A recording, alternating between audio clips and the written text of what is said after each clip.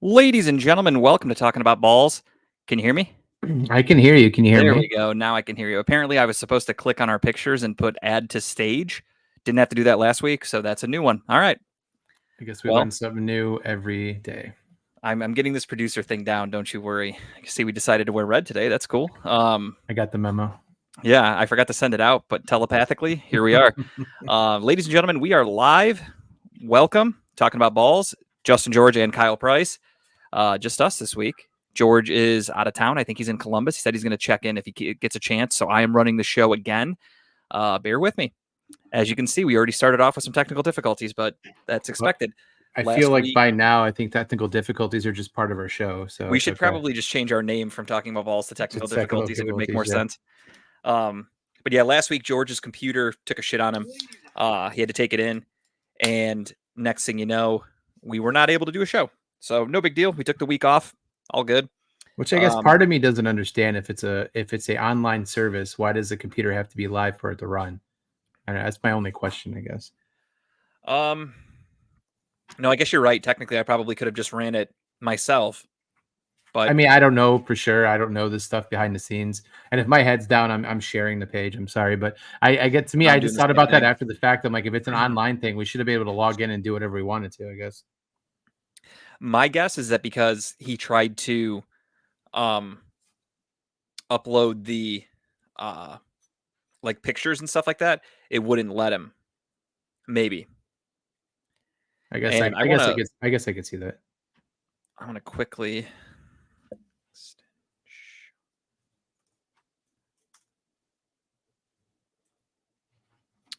changing the name of this episode because it was spelled wrong, and I don't like that. You don't like spelling errors? Never. I didn't know that about you. I do not. I'm a little bit of a stickler, some would say. A little bit. So let me just change that really quick. George, we're going to have to work on that. Spell cat. K-A-T. Cat. I just think of Beetlejuice from Howard Stern. Beetlejuice spelled red. L-E-R. And he like never could get it right. It's the fucking best. Here we go. Spelled correctly. All right. Speaking of Howard, did you listen to his interview today with Jelly Roll? No, personally, I had no interest in that, if I'm being honest. Oh man, I didn't tune in. I was just wondering if it was good or not. I wanted to catch it and listen to it maybe tomorrow. I mean, he's a good interviewer to an extent. He goes a little rogue. You could tell he sometimes doesn't listen. He's like preparing his next question, so he like starts saying something. Right. And likes to try to convert everything back to his issues. So if somebody that he's interviewing has like a rough history with their father or their parents, he automatically has to like plug into that because he claims he didn't have a good history, like relationship with his father. Turns into a whole thing. Kind of everyone in like, I'm on the Howard Stern Reddit group, and everyone in there just makes fun of him because he's always like, so in a sense, you're saying it's about your father. Like they make fun of him about the same questions that he asks. So you've kind of taken a whole 180 on Howard Stern lately, huh? Yeah, I hardly listen anymore. The show's not funny. It's one of those things of like, I don't want to keep watching him burn. I'd rather just go back to the He's fun 100% just money bagging it now, right? And it's terrible. It's like he's running that contract. I would assume he's not going to renew his contract. I think he's probably going to be done after the end of his contract. I mean, he's got like 4 years left on it. I'd be surprised if he survives the contract, honestly. And then again, Sirius is so attached to him that they might roll him out on a deathbed just to try to get numbers so they can continue to have their app going, because he kind of did build that platform to what it is. He left when he went to Sirius XM, whatever it was called at the time. Yeah. He was the face of it. Like for me personally, he was the only reason I ever had Sirius Radio. And then now that I still have it because they offer it to me for like literally $4 a month or some shit. It's cheap as hell. But I don't really listen to that. Do you do that? I'm going to cancel, and they try to give you a better deal for like 3 or 4 months. I actually did cancel for a while, and then I was kind of like, shit, I like listening to the Guardians games and all that. So I just reached out, I messaged them, and I'm like, what kind of deal can you get me? And they're like, we can give you $3.99 a month. I'm like, I'll take it. Give me a year. Sold. And since then, I haven't listened to Howard. I've only listened to Guardians games. So I'll be honest. I listen to Howard live sometimes on the way to work, and then if he just gets so stuck on tangents, I'll switch over to 101 because that's all the replays of all the funny shit where people are requesting stuff. That's worth listening to because it's flashbacks to the old Howard Stern, and it's so funny listening. You can just instantly listen and tune in and know what year or what decade this Howard Stern's from. Was it 90s? Is it 2000s? Because of how he talks and some of the shit they have going on. And the other issue that I have with 101 is even the old stuff that they play, they've kind of gone soft with that, where they don't play like the fun shit anymore because I get it. It's a new day and age. They're trying to be PC. They're trying to not get canceled, Right. but it does suck. It's just, I want to hear shit talking. I want to hear just fucking vulgar, fun stuff, but he doesn't really do that anymore. And they don't really play that much anymore. It's rare that they do. But I still, every once in a while, I'll look for like a funny bit. Like I find Eric the actor funny as fuck. So anytime there's an Eric the actor segment, I'm like, all right, I got to listen to that, even if I heard it 100 times. Eric the actor, Beetlejuice, Mark the Bagger is fucking hilarious. And then there's good arty stuff that I enjoy listening to. But other than that, I skip over most of the bits because they're really not that funny to me. No, I agree. Hey, I'm messing with my settings on my speaker, my microphone. Is anything changing on your end? I can kind of hear like a beeping sound. That's about it. Nothing else is changing though? I don't know what exactly were you changing. I have no idea. There's Fig 8, Omni, Mono, and 2-track. I don't fuck if I know. I'm just okay. If I'm being honest, I haven't noticed a difference. Okay, we'll go with that then. But I mean, it sounds fine. I can hear you. I'm trying to get playback in my earphones my headphones when I speak, but I don't get that. So I just I don't get that either. I don't know if maybe that's something with StreamYard because I don't get that myself. I'll stop beeping then. There we go. We're good. But yeah, that's it. We are going to get into the BS segment really quick. I'm going to start because I believe Kyle needs to charge up for his. And I'm excited for it. It's event session, but go ahead, man. So for me, not a whole lot happened over the last couple of weeks. Just some family stuff, hung out with family, had my niece sleep over the other night. We watched some horror movies with her. I'm trying to think, really not a whole lot. I haven't done much. We stay busy, but that's about it. Like we went out to eat a couple times, hung out with some people, hung out with family. Pretty much it. This weekend's going to be pretty cool. I get to celebrate my first Father's Day. That's exciting. It's awesome for you, man. I'm excited for you. Friday night, I get to go I like to watch concerts from the, what the hell is it called? The Viaduct Bridge. Yeah. Right across from Nautica. And you can see the stage. You can hear the music clear as day. A Day to Remember and The Story So Far are in Cleveland. And The Story So Far has surpassed A Day to Remember as one of my favorite bands. So I'm really excited to see Story So Far. They haven't been in Cleveland in honestly probably like 6 years, maybe longer. I think their last album came out in 2018 and they toured for it. I went and saw them.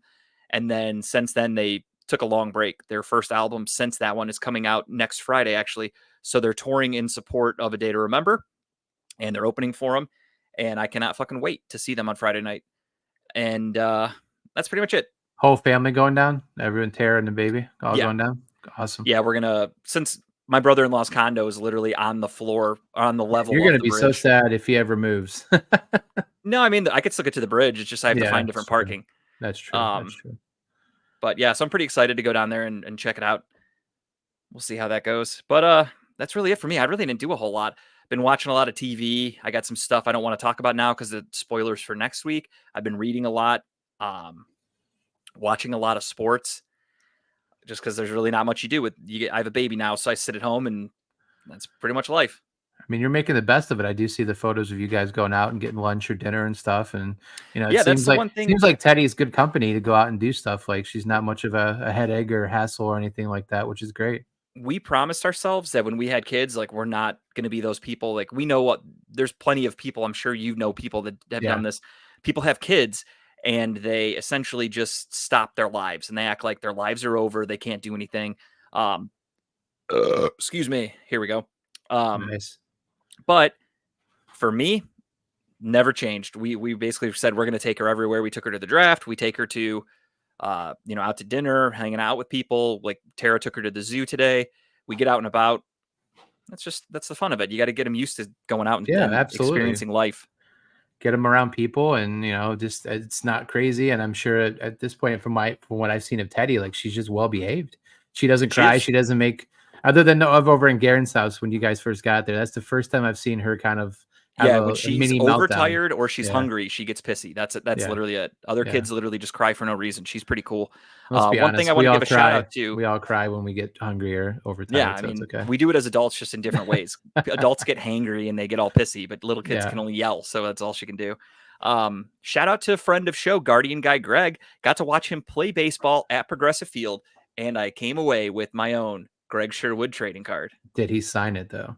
Not yet. I told him I'm going to get him at the National when that comes to town. It's got stats on the back, all that good shit. That's awesome. Really cool experience. Is there extra of those going around somewhere or no?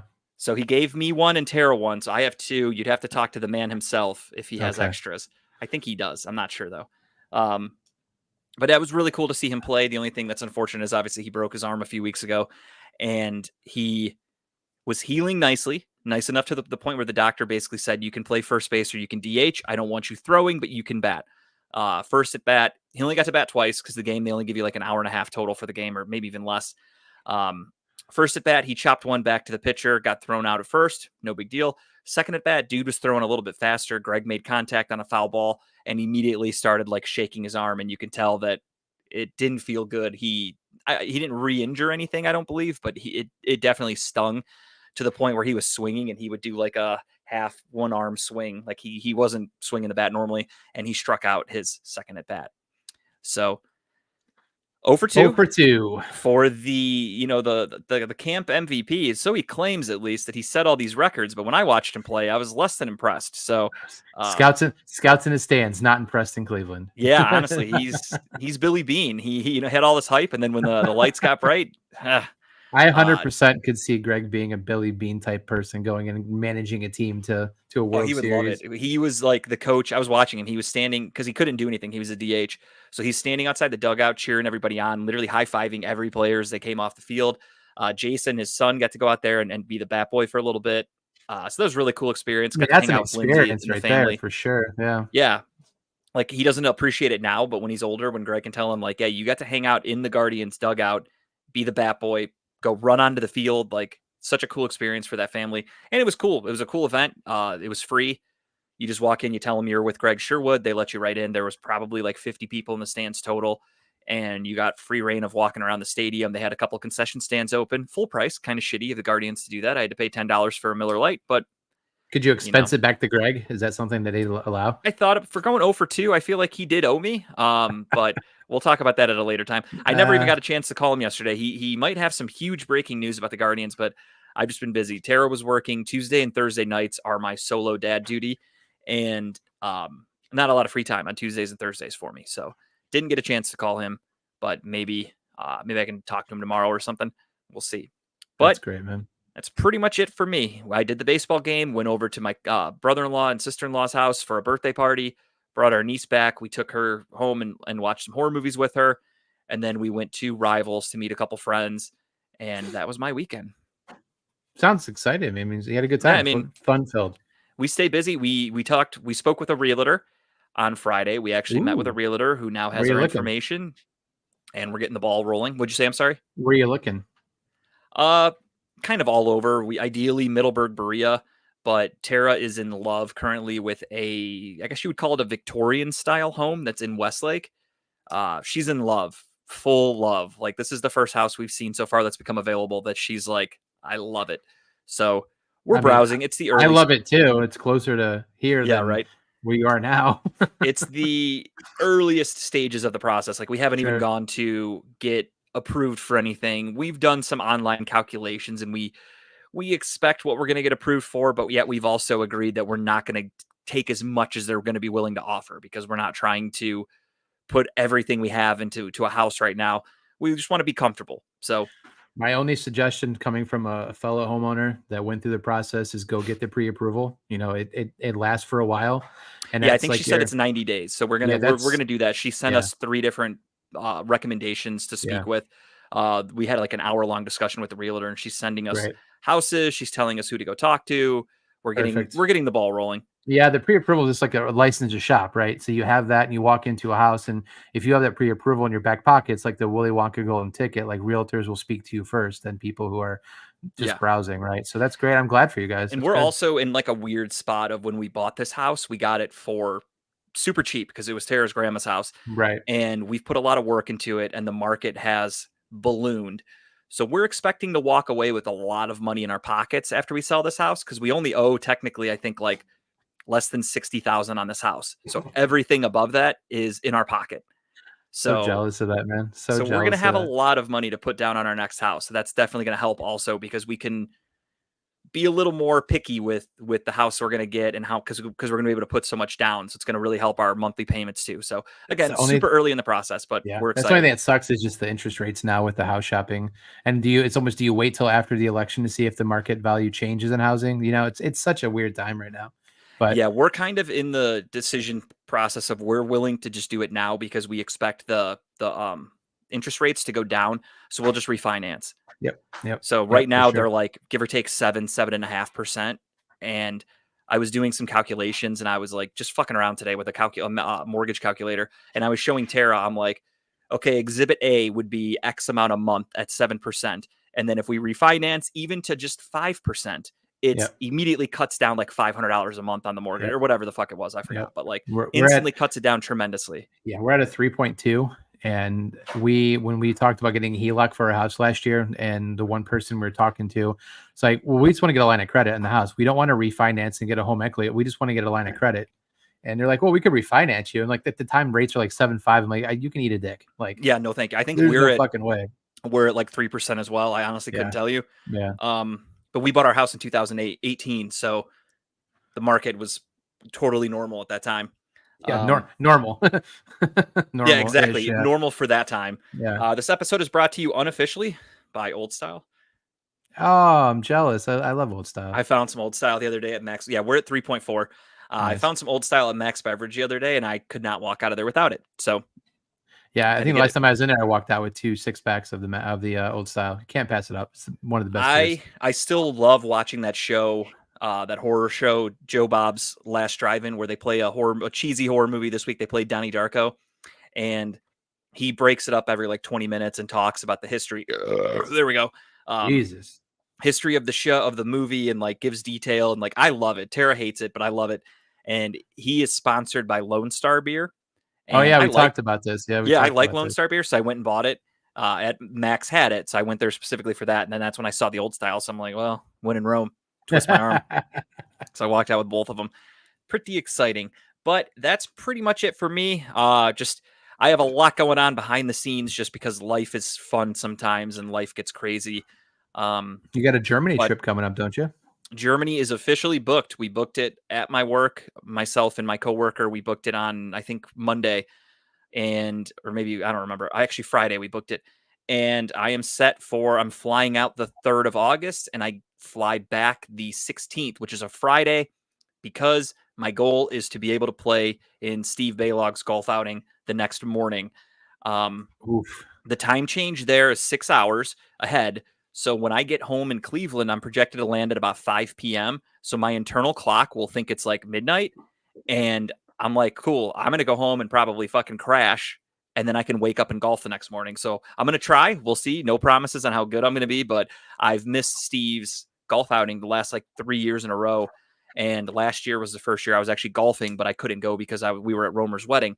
Yeah. So this year I actually get to go, hopefully, assuming there's no flight delays or anything like that. But I have full intentions of golfing in this golf outing, and I am excited. It'll more than likely be my first ever golf outing because I've never done one, and I don't have any planned until August. So my first ever golf outing. Well, if I believe there's an outing at Mallard July 6th, I believe, for Red, White, and Brew, the one I told you about. Yeah, you talked about that one. I think it's being officially announced next week, but we have like the inside track, the information. So I think we're gonna get some people together. I don't know, but we'll see. I don't know. Yeah, keep me posted. I've I've never thought done that an far outing, ahead so yet. So. yeah. That's good, man. Yeah, so we'll see how all that goes. So yeah, life is fun behind the scenes, but it's not stopping us from doing the show because sports are a year-round gig. And Sports I look come forward first. to Priority. my Wednesday night. It's a nice little session to vent a little bit, if you will. Not even vent, just kind of talk about life. And then Talk Sports, which is something that I sit there and listen to sports talk radio literally all day, and I listen to their stupid takes, and I go, "Oh my god, what a fucking idiot!" And I go, "I can't wait to talk about this on the show." So that's kind of where I'm at with life. Well, So that's it for me. that's what happens when you listen to 8500 though. I mean, that's what happens. You just have the Yeah, I better can't help taste. myself though. It's so bad that it's good, and I've listened to it for so long. And let's be honest, Baskin and Phelps isn't really much better.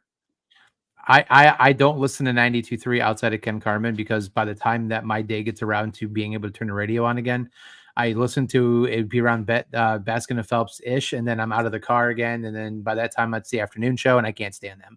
So I just rather Yeah, not no, the listen. afternoon show is terrible. No offense to this guy, Nick Wilson, if he ever, God forbid, maybe one day I get hired by 92.3 The Fan. No ill will towards the guy, but I cannot stand listening to him talk sports. It's just unbearable for A me. lot of bad Um, takes. and it's the same way with guys on 850. There's Rizzo and Hammer. Riz is entertaining just because he's been in the business for so long and he's just a grouchy old man now. I find Hammer to be annoying, and I get it. He's a character. He's just trying to say things to piss people off, and he does a good job with it. I find it every time he talks, you want to punch him through the radio. So he's doing his job. He plays the heel. The only thing that I really hate about him is when Rizzo's not there, he isn't himself. You can tell that he's a character because when he's the quote unquote host of the day, if Rizzo isn't there, the way he talks and acts is totally different than he normally is. So it's like you're not supposed to give up that you're a character. You're breaking kayfabe, wrestling term, if you are doing that. So for me, I don't like that. But other than that, the station's pretty entertaining. There's a lot of guys on there are just annoying as fuck, but more power to them. They got a job in radio, so I listen and I can sit there and go, "Hey, this guy fucking sucks." But boom, he's on the radio still. I'd So love kudos to to him. know their salaries that they get paid to do Not what they much. do and There's say no what they money in say. radio. That's why you get outside radio and jump on TV like Ken Carman does. I mean, right now it's all Gets that about endorsement. podcasting, like internet radio, stuff like that. Like Ken Carman, he probably doesn't. He probably makes decent money from 92.3 The Fan, but then he does so many side gigs. He works at Fox 8. He does, the podcast thing. He does a lot of other shit. So that's probably where he makes most of his money. And I I'm wouldn't sure doubt it. those weekly CBS like not international but national broadcast that they do probably pays a chunk of change too. Probably get a nice side check from that because they're on the CBS national thing once every 3 weeks. I think they take turns. Yeah, so they get to do that. And honestly, I wouldn't doubt if he gets paid more from Fox 8 than he does from 92.3 because TV just pays better than radio. He's the face that runs the place. I hope they have him. Yeah, he's entertaining as hell. So I'm a huge Ken Carman fan. His show ends at 10 though, so then I've got nothing to fill that gap. So I listen to Rizzo because Rizzo goes from 9 to 1. So it's a nice chunk of the day, breaks it up a little bit. But with that being said, Kyle has specifically requested that I give him the floor here to go over his week and how he's feeling and what's going on. So we are going to let him have the floor.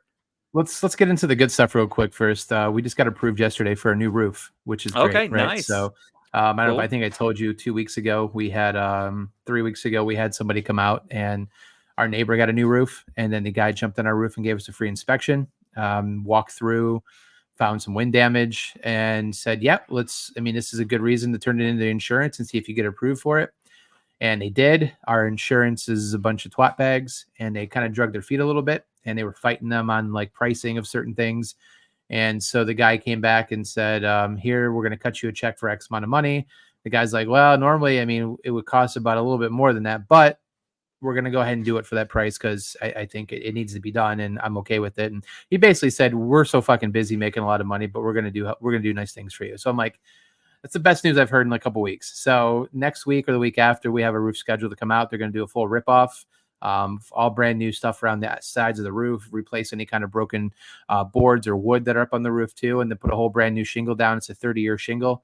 Comes with a warranty. So by the time that 30 years rolls up, I'll either be dead or I'll be out of this house. I'm not quite sure. Whatever happens first, we'll see. But that's the good news. Yeah, that's getting older, man. Doing home renovations is like the exciting part of life. Like it's the one house that Tara loves in Westlake. I like it too. Don't get me wrong. It's really cool. It's like Victorian style.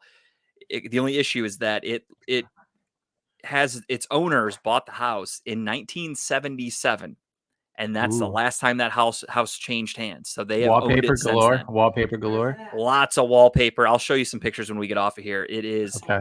It's a sight to behold. Needs a lot of updating. It's in great shape. It's just outdated as fuck. So that's the issue with it. Yeah, you have to send me pictures. Yeah, I'll I'm send you th- the link when we I'm get off here. picturing lots of wood paneling and floors and probably not a finished basement. I assume it's a cellar. It's actually got a decent basement. Oh, okay.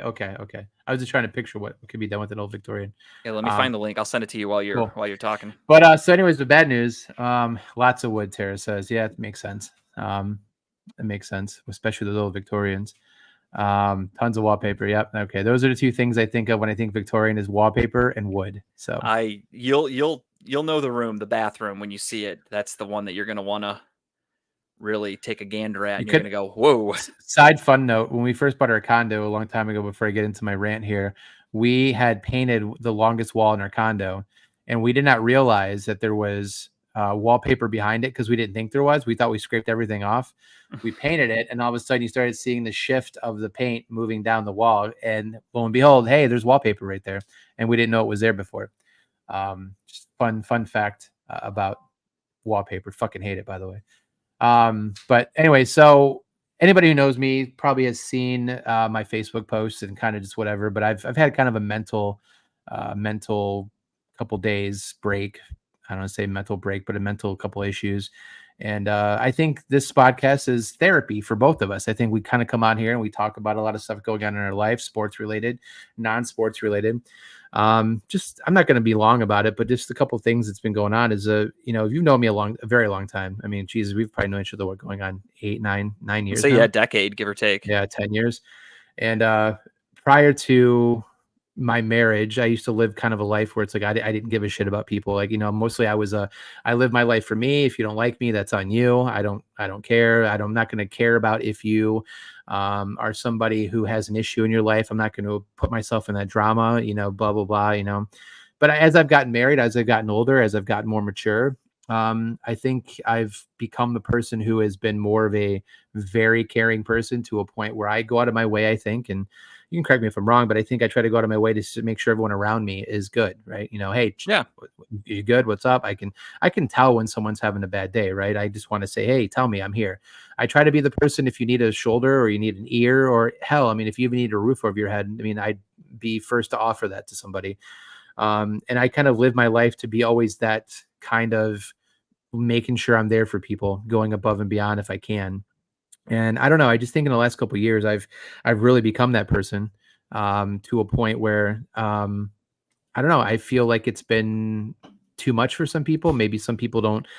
It's not their cup of tea, or maybe my type of person who I am is too much for someone, which is fine. That's just who I am. And it's just kind of hit me really weirdly over the last week or so because I've kind of stretched myself thin mentally, physically, as I lose weight, stretch myself thin. But I try to make sure I go above and try to go to everybody's invite. Like if someone invites me to something, I'm going to go, right? I want to make sure I'm there because I don't want to be that person who's like, I always invite you, but you never show up, right?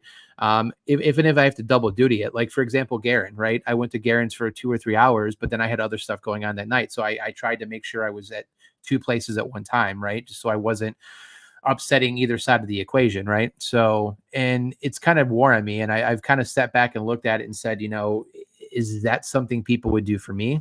Am I just not that, am I that person that it's too much for some people? And, and maybe I need to adjust who I am around certain individuals and just kind of be that person who's like, if you need me, then say something. Until then, I'm not going to go out of my way to check on you. I'm not going to go out of my way to see how you're doing. I'm not going to go out of my way to say, hey, you seem a little off today. Do you want to talk about it?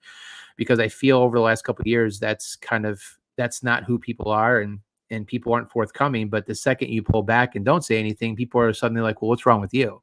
Well, nothing. You've proven that I'm not that person for you. So what's the point in me going out of my way? And I think the last couple of days it's hit harder than most. And you and I texted about this a lot the other day.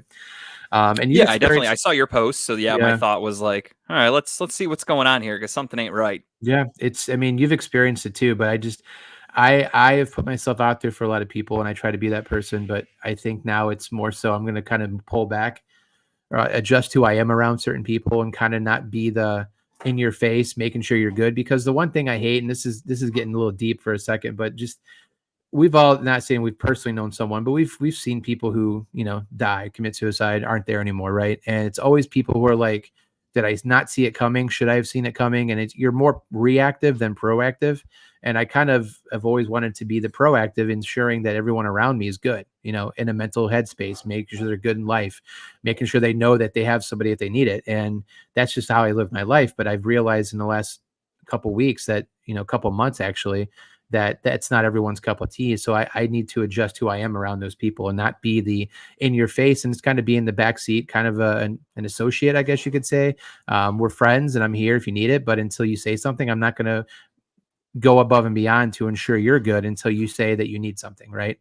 And we'll see how it goes. It's just kind of mentally fucked with me the last couple of days. And, it's just made it tough for me because I'm normally not this dark. I'm usually the happy go lucky. Let's have fun. Fuck it. Let's live life. YOLO type person. But I've gotten kind of a weird space, man, and it sucks. It's nice to talk about now. And I've talked to Jess about it a lot too. And it's just one of those things where it's just, I don't know. I don't know where it's going to go. And it's so weird. Like, I know we mentioned Jelly Roll earlier, but he had a new song that came out today. I kind of posted it last night on Facebook, but I'm not okay. Whatever hits the words to that's basically like, I'm not okay right now, but at the end, it's going to be okay. Right. Even though you're kind of in a weird spot now, a dark place now. And sometimes you feel like not getting out of bed. You don't feel like pushing through that. At the end of the day, it's going to be all right. But for now, it's not right. So I don't know. It's kind of where I'm at now, but that's a lot to get off my chest. I appreciate the platform. The floor is yours. Yeah, no, I definitely knew you were in a dark place when you started posting country music. That's when I was like, oh, something's wrong. Yeah. That's usually the telltale sign for somebody that they're going through some shit. It's when they're either posting country. It's like, wow, my I've never my seen a dog got person hit this by a depressed truck before. or anything. Yeah, my wife left me. My dog got ran over. Somebody stole my truck, and here we are with a country song on a Facebook feed. No, I totally understand what you're saying, though. There are times where, I mean, I don't want to. There's no one specific. So yeah. And by the way, let me preface by saying there's no one specific that I'm saying right now, because I think I've said it a couple of times that there's not one given aha moment. It's just kind of been like a collective, and I've kind of pulled back on this Sunday and kind of looked back at everything in general over the last couple of months and kind of been like, I've been maybe not what I needed to be, or maybe too much for people, and that's fine, but that's just always who I've been. So I kind of pulled back. By pulling back, I'm like, it made me think more. So that's my disclaimer, that it's not for anyone in particular. It's just been a collective unit. So yeah, the truth always tends to come to light, and it sometimes takes time. Where I've had that same thing where, you meet people and you're like, hey, this is awesome, this guy's great. And then the more you spend time with people, you kind of realize like, okay, maybe it's not as smooth. This isn't as going as well as I thought it was. And we're not as close as I thought, or this person isn't who I thought they were. Happened to me, multiple friends over the years. I've had friends that I was super close with for a long time, years and years. And then all of a sudden they start to kind of do some things that I don't really like. And then you hear some stories behind the scenes, and I'm just kind of like, all right, I'm going to go ahead and just step away from that mess. And then, months go by, years go by, whatever, and the people don't even bother reaching out. And then you go, okay, right. Now I understand where I stood with them. Like, that's life. It's cool. It's all good. We had fun together, but life goes on. Yeah. Yeah, it's true. And like I told you today, you and I have been friends for 10 years. And even though we haven't physically seen each other probably in, I'd say, a couple months, other than Garen's at one time. Before that, it was probably your St. Patrick's Day party, maybe? Yeah, but that doesn't affect, in my opinion, at least, it doesn't affect who we are as people, because I know if I ever called you at any time, you'd answer the phone. And vice or versa. I'd decline it, and then I text you really quick and say, hey, what's up? Because I hate talking on the phone. Yeah, right. Exactly. Right. But that's the important part, that you and I are in that place where I know where you are as a friend to me, and vice versa.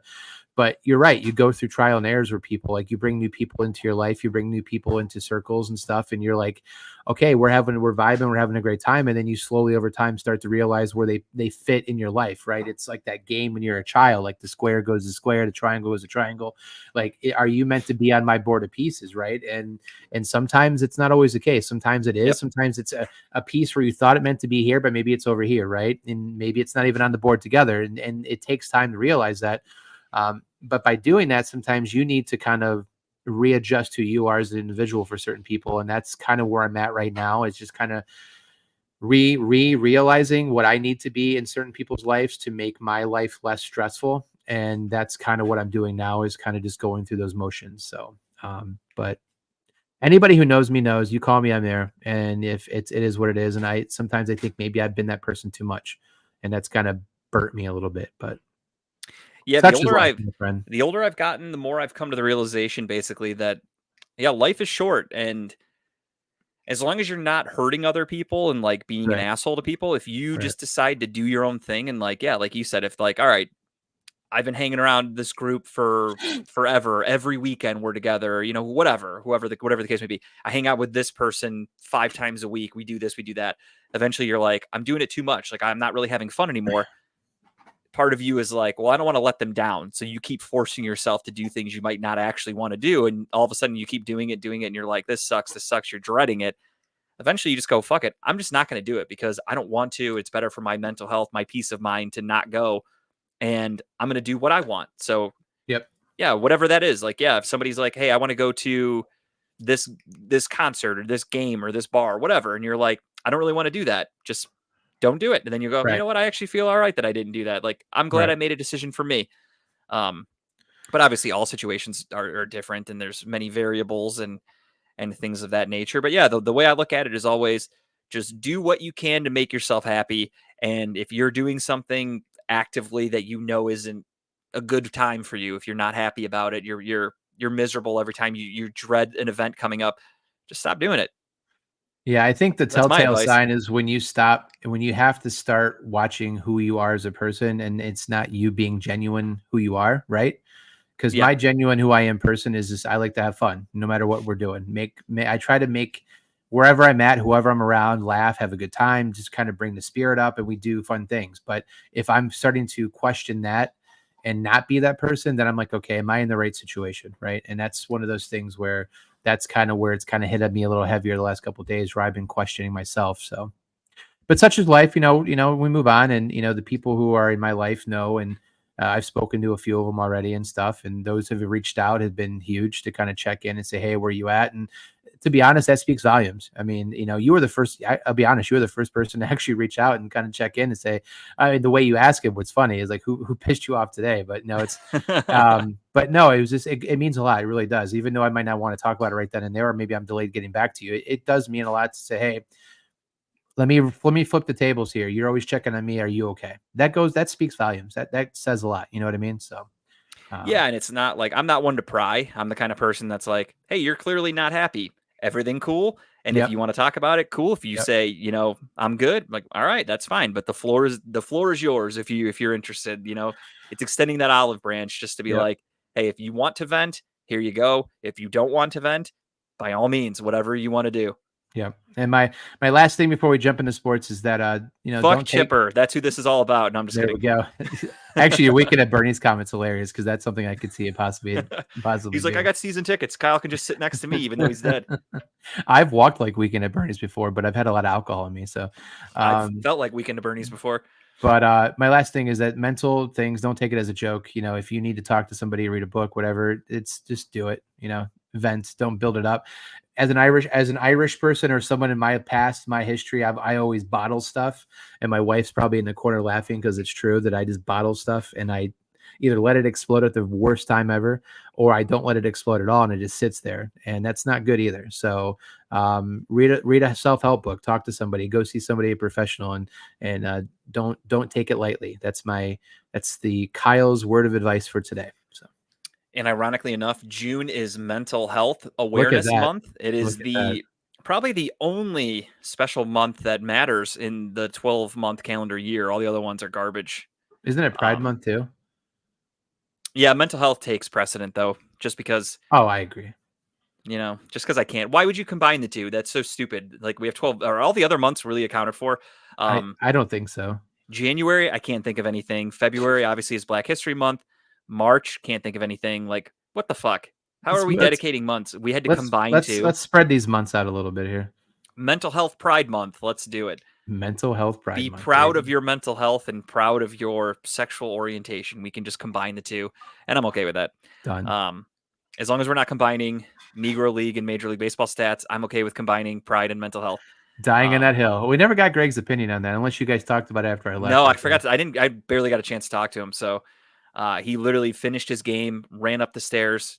We talked for like a minute, and then we had to leave. He had to leave because he had to go do his band concert performance, which I couldn't make it to that. I had to leave so we could get to the birthday party. So I did get a video clip of his performance. He did a great job. It seemed cool. I wish I could have been there, but such is life. Yeah. You do what you can. Let's get into sports and stop talking about sappy shit, my friend. Let's do it. I was not prepared for that. And transition. Just kidding. Here we are. So we wanted to start off this episode. This episode is, of course, called The Extension, specifically because of Andrew Berry and Kevin the God Stefanski, both getting extensions from the Cleveland Browns to continue. What? He wasn't fired? So many people said he was getting fired. Oh, I heard his play calling is the worst, and he has no idea what he's doing. And then did you see the backtrack of all backtracks? Did you see the backtrack from Jamie of all backtracks? No, I didn't. What did he say? Oh, I have to go find it. Something's like, well, maybe he'll just coach because he's an okay coach, but not call plays. So the slight backpedal a little bit. Like, we had one of the best offenses in football that he runs. Like, I don't understand why people always say he's a bad play caller. Like, our offense has been really good. I saw a stat the other day that we were like 5th in the league in terms of plays over like 20 yards or something like that last year. They broke it down by per team and how many big plays over 20 yards, or maybe it was over 30 yards, whatever. And the Browns were like in 5th place. I also saw a stat that said that the Browns are like, I think, tied for 11th overall in wins over the last 4 years that Stefanski's been here. And that's including some shitty years. I mean, let's be honest. The Baker Mayfield 2021 season was abysmal, and that one's on there. And Kevin Stefanski and Andrew Berry are basically top 10 in wins since they've taken over. And Browns, it's not good enough. That's what's crazy to me for Browns fans is how bad we've been, especially since 1999. It's been miserable being a Browns fan. We've been terrible. We're the butt of every joke.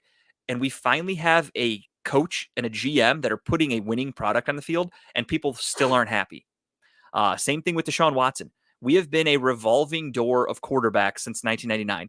We have had Deshaun Kaiser. We've had fucking Cody Kessler, the guy from USC, like these shit bum quarterbacks, Colt McCoy. Like, I could go on and on about this list, but we've had these horrible fucking quarterbacks, and Browns fans have just had to pretend that they were good and go, I think this guy's got it. I think we're in good shape. And then we go out and win 2 games in the season, and then it's rinse and repeat. We finally went for it with a quarterback. And of course, there's people that are going to say, well, you had Baker Mayfield. Baker Mayfield is not a star quarterback. Deshaun Watson has been in the MVP conversation before. Baker Mayfield has never. Baker Mayfield is barely in the Pro Bowl conversation. So barely, but he's in a conversation a little bit. Yeah, he is, because people are like, well, all the good quarterbacks are still playing, so who do we want? I guess Baker's available. Hey, that's hats usually off how that to works Baker. out. Let's give Baker his flowers. He bet on himself for Tampa. He did well. He got that money. He got the whatever extension he got. So good for him. He got a contract, a second. Yeah, contract. I mean, I've always told that. I've always said that I don't hate Baker Mayfield. I just don't. He's good. He's not great. That's the difference. In this day and age of the NFL, you need a great quarterback to win a Super Bowl. Look at the last few quarterbacks to win the Super Bowl. It's been Patrick Mahomes, Tom Brady. It's great quarterbacks. You rarely see an average Joe quarterback win the Super Bowl. Look at Brock Purdy, Jimmy Garoppolo. These guys have taken the Niners to the Super Bowl, and they lost. Jared Goff, been to a Super Bowl, lost. Matt Stafford, number 1 overall pick, stud quarterback, won a Super Bowl. It takes a good quarterback to win the Super Bowl, and Browns fans don't want to admit that. And then the other thing that's like annoying as fuck to hear about is everybody just basically hoping Deshaun Watson fails. Browns fans. That's what's crazy to me. He's here. He's under contract. There's no time machine that you can go back in and take away that money. You can't undo that trade. He is the quarterback. Browns fans don't want him here. Some of them. No. Constantly on the radio, that's all they talk about is Deshaun Watson. They laugh at him for trying to come back from an injury. They're like, oh, is the quarterback even throwing today? And like, they're joking. It's like, the dude's coming off a serious shoulder injury. He's rehabbing just fine. Like, what do you expect? You expect him to be healed already? He's not Wolverine. Yeah, that injury that he had. Am I too loud here? It keeps going out. Man. No, I can hear you just fine. Okay. The injury has no joke, right? I mean, that's something you have to kind of take your time with, you know. I think when I've seen in practice, he looks good, right? I mean, of course, this is practice, but I mean, give the man a chance, right? The jokes of Deshaun Watson at this point are played out, like they're done. Like Agreed. I just can't stand the whole same old joke. And of course, you have Steelers fans who are like, "Well, we had to deal with it with Ben Roethlisberger." Well, no, dude, your dude actually raped somebody, right? There's a difference, right? But I just give the guy a chance. He's got a hell of an offensive line. Like he's got a hell of an offensive receiving room. He's got a great tight end, right? Let's. I'm curious to see what this brings, but give the man a chance to heal and come back correctly.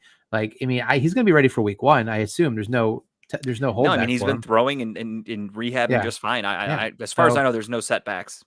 calm the fuck down. Like, I'm glad that you knew that Barry was going to get extended, and you knew that Stefanski's riding the same horse he is. So they're both going to be here. What was the extension? 4 years, 3 years?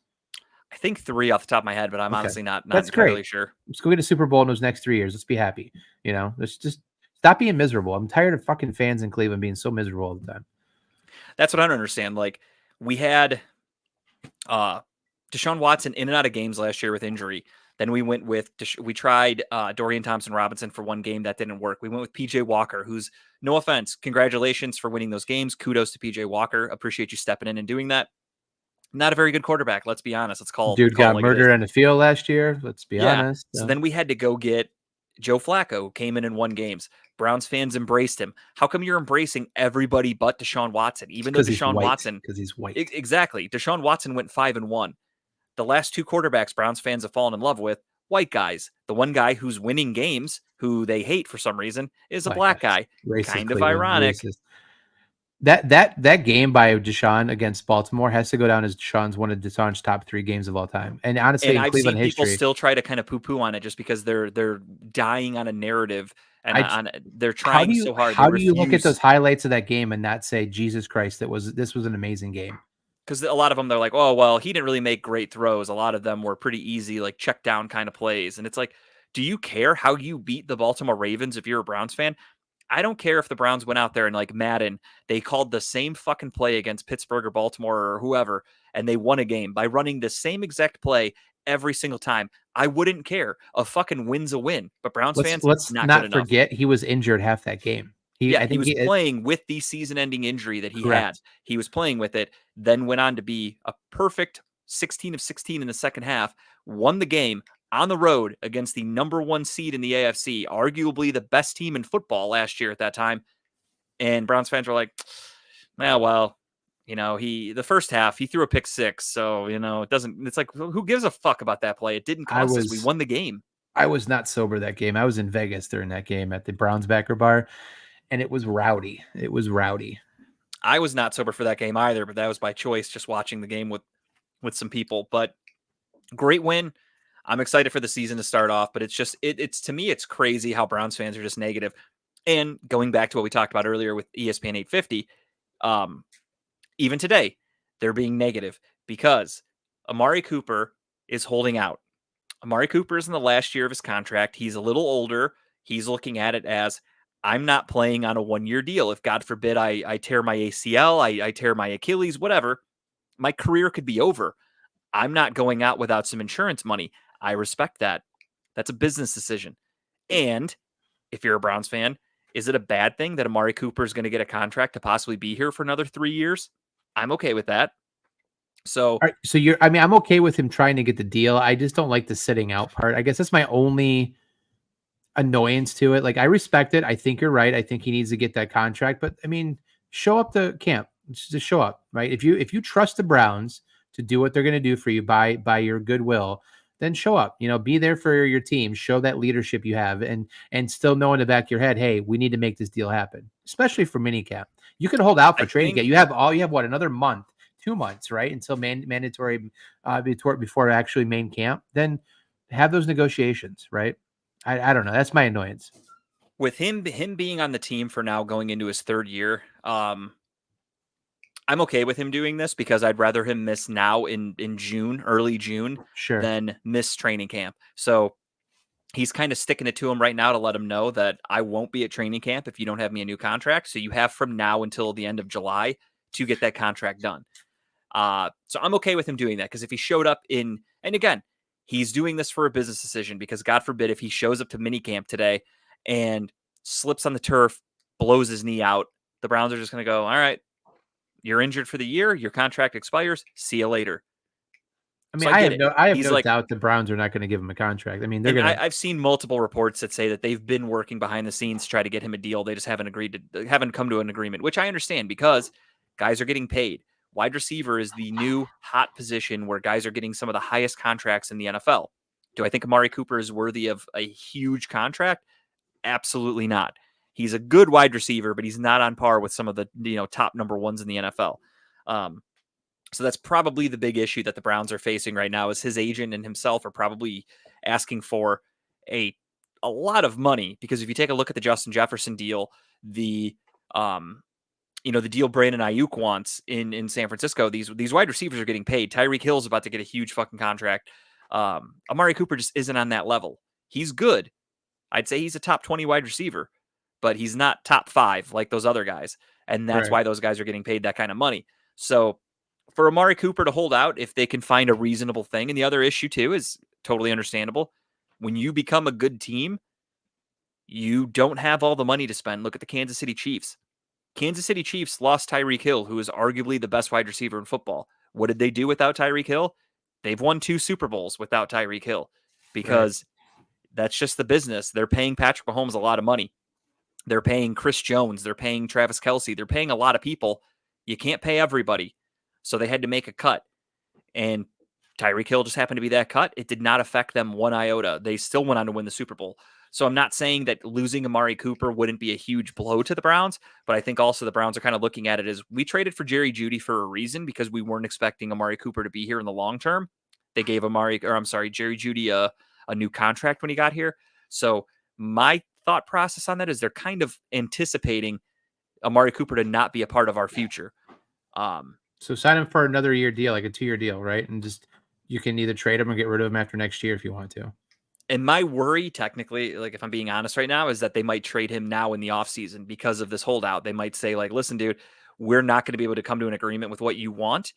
We'd love to keep you, but you're on 1 year. You're refusing to play. We'll find you a new home. I don't want that to happen because I don't want to go into the season with Jerry Jeudy as my number 1 wide receiver. I would prefer it to be Amari Cooper, but What there's would only so be much you can do. what do you think you could get for him in the market?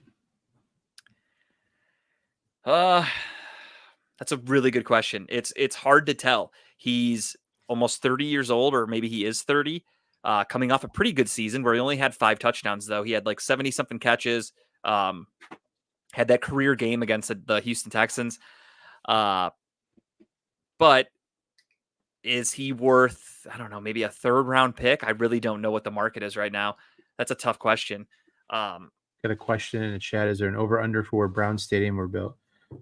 Put it in Brook Park, please. Oh, it's gonna. From what I'm hearing, there's basically a backdoor deal between Jimmy Haslam and Brook Park. It's gonna happen.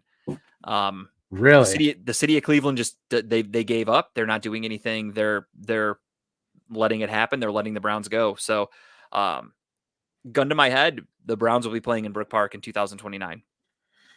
Which is great for people who live in Brook Park because you can get some extra, your value of your house are going to go up, I think. I'll be long gone. Well, I know you'll be gone, but I think the value of those houses in that area are going to go up. Oh, for sure. Like if it's going where the projected plan is, there's no bullshit. I might be able to see the stadium from my house. That's insane. And all those restaurants and buildings and shopping centers, everything that's going to come with that. I mean, they're going to be building basically a whole town around the stadium to where it'll be like downtown, but in Brook Park. There's going to be restaurants surrounding the stadium. I don't know if you've ever been to like Pittsburgh. Yeah, unfortunately, I have. Yeah, so Pittsburgh stadium's just surrounded by like bars and restaurants and shit like that. So I'm just trying to think of one off the top of my head. I mean, most stadiums have bars and restaurants surrounding them, so it's not really that impressive that Pittsburgh does it too. But I was just trying to think of a like comparable city, and it sounds like Brook Park's going to get it. And Brook Park's going to have me looking down right now. I'm just trying to get my bet in for the game. I forgot there was a game tonight. No, you're fine. Yeah, we got some time. The NBA Finals are happening. We will be talking about that towards the end of the episode. So right around when tip-off is happening for that game, we'll definitely be talking about that. But yeah, so Jerry Jeudy is what I was getting to earlier. I went on a tangent. Listening to 850 today, they were talking about Jerry Jeudy. Aaron Goldhammer is from Denver, so he's a Broncos fan in his heart. He works for Cleveland now, of course, but he is a Denver fan through and through. Naming rights or just Brown Stadium, that I don't know. That's going to be a bidding war. If I had to Hop- guess, The Hopkins Center. yeah, if I had to guess, because of the money that it's going to cost to build this whole thing and the money they're putting into the team, and come 2029, when the Browns are more than likely going to be playing here in Brook Park, they will have I couldn't even imagine what the salary cap's going to be by then, because the salary cap goes up every year by like 20 million or whatever. I forgot exactly what, but it goes up every year. So now you're adding basically 5 years from now, the salary cap will be up. The cost of everything will more than likely be up. And they're building a God knows how many $1 billion worth of shit around the stadium. So Jimmy Haslam's going to want some of that money back. So if you can get a few $100 million contract with whoever, I mean, the Steelers have, who do they have? Paycor? Or is that the That's Bengals? I don't Cincy. remember. That's Cincy. Okay, they Cincy have has Paycor. Steelers have Acrisure. Acrisure Shitty Stadium. stadium name. But the Browns will do the same thing. I'm sure the Browns will sell the rights because Can we get a Ben Gay Stadium? That would be amazing because it only makes I fun don't think of they have that kind of Pittsburgh. cash. They don't have that kind of money. Pilot Flying J, I mean, that's not a bad idea. Jimmy Haslam is a crook, so I could see Jimmy Haslam somehow like just funneling his company's money back into himself and be like, no, it's legit. Talk about a legit laundering of money, which is perfect. Hey, I'm all for it as long as it works. Have you been down? I forget the road there, but and seen that serpentine that's all ripped out and getting ripped out. That entire area next to where the training camp's at, that's all gone now. Oh yeah, too. I was just over there. Yeah, they knocked down. It's crazy. They knocked down the houses that were over there on the corner. They're not wasting any time. Yeah, the auto body detail. I think it used to be a used car dealership. It's serpentine. That's empty now. They're getting yeah. rid of that. So yeah, the Browns are renovating. They're expanding that training. Money. Yeah, they're expanding that training area, the corporate center, I guess you could say. And they've been secretly already ripping out all that stuff over in that area of that land they bought for the stadium. Like they've already secretly been pulling stuff out of there. Like they're clearing it. They're prepared for it. So, but here's my question: you rip out First Energy. What do you put on the lakefront? Do you just build it up with restaurants and airport or hotels and stuff, or what do you do with that? I'd say put like a on the lake concert stadium, like a concert arena. They could, but then again, you run into the issue of weather. You then can only use it for 4 months out of the year, give or take, depending on what happens. So I'd have to think you'd have to. If you want to use it really depends on who's in charge of coming up with the city planning, if you will, or whoever's buying the land or whatever. If you do something that's covered that can be used year round, you're in a pretty decent spot. However, same reason no one likes going to Browns games. Getting in and out of that street is a pain in the ass. Just make it one parking lot and solve all the problems. Yeah, honestly, you might have to. I wouldn't doubt if it just turns into like condos or something like that. Like let people just live there. You got a beautiful view of the lake. People are paying monthly. You don't have to worry about losing tenants. Like if you have a restaurant that's not doing well business wise. Cleveland soccer team would be interesting. The Haslams are looking to get a MLS team. I know they're part owners of the Crew, if I'm not mistaken. I think they are the owners of the Crew. I think they're the only owners of the Crew, and they have 2. So maybe they try to bring a Cleveland team, or I know that I keep hearing rumors about a women's stadium or something like that for soccer being built around here. So maybe that'll be put over there. But either way, won't get used that much. But I don't know what's going to happen over there. You have a daughter, man. You can't say that stuff anymore. It's a really good. No, she won't be playing soccer. I can say that forever. It's a really good piece of land. So I mean, I'm curious if it's going to become a bidding war with people to try to get something over there. Because I mean, look at how popular the flats became. Yeah. When the flats started booming again, they started putting money into places and renovating and building nice restaurants and making nicer places. And now if you go down there on any given weekend, it's packed elbow to elbow. Like it's something like Chicago has. Make like a pier, like how they have Navy Pier. Yeah, out they there. could do like build something out. That'd be kind of cool. Absolutely. It'll be interesting because again, if you make something that's outdoor, then you're gonna have to shut it down for the winter. People are not going to be over there, so it's kind of a tough situation to be in. You got to think of something that could be year round, all weather type. I'm just pumped for venue, new whatever. Stadium means I would assume covered or at least retractable. WrestleMania, bring it to Cleveland. Super Bowl, bring it to Cleveland. Can't wait. When this shit gets built here in Brook Park, there will be a WrestleMania in Cleveland, no question about it. Yeah, in a Super Bowl, they'll get that. Did you get right tickets to SummerSlam, or did you back off of that because the price? No, it was way too expensive. I could care less for that kind of money. Yeah, That sucks. They're charging that much for those tickets. Rip Yeah, 'em. it was ridiculous. Like basically the view that we're looking at the stadium in the picture on our background right now was like at least what I saw, unless I somehow was on I was on Ticketmaster, so I don't think they were secondary, but I want to say they were like $400. There's no Really? fucking way I would spend that kind of money. That's absurd. So I like wrestling to an extent. I kind of keep up with it. I hardly watch it I don't unless it's watch like a it. I big. haven't watched it much recently. I tune in for like a 20 minutes to kind of see storylines going on right now. That's But what I do. If that's it. there's nothing else going on, I'll put it on for 10 minutes, and when it goes to a commercial break, I'll change it and forget about it. And then we just lost Instagram, so let me restart that. Top of the hour. Yep, we've reached our hour. So, yeah, I don't know what's going to happen with that whole area. I would honestly, I'd be shocked. I'm really curious as how downtown's going to do if the Browns leave, because that's a huge revenue for downtown. And I totally get it that it's going to suck for the businesses out there. But Mayor Bibb, this is your time to shine, buddy. And you don't really seem to be doing anything. So the Browns are gone. It's a lot of tax money out of Cleveland if that happens. Oh, You're for still sure. still in Cuyahoga County, but not for the city, right? Berea is going to bank, on that stuff. No, it's going to be sick. I can't wait. Depending on where we end up moving, I mean, again, I want to be Berea, Middleburg is my ideal area, but it is what it is. So if we're still here, it's not that far. So that's kind of cool. It doesn't really matter to me though, because I don't like going to Browns games anyway. So I already said my buddy Jory, he lives over Filler Street over there. And oh yeah, I said your house is the ultimate pregame location. Just go to your house and walk to a stadium. yeah, absolutely. Which is perfect. Give me 1 second trying to edit the stream key here. Let's see if that works. I don't really know.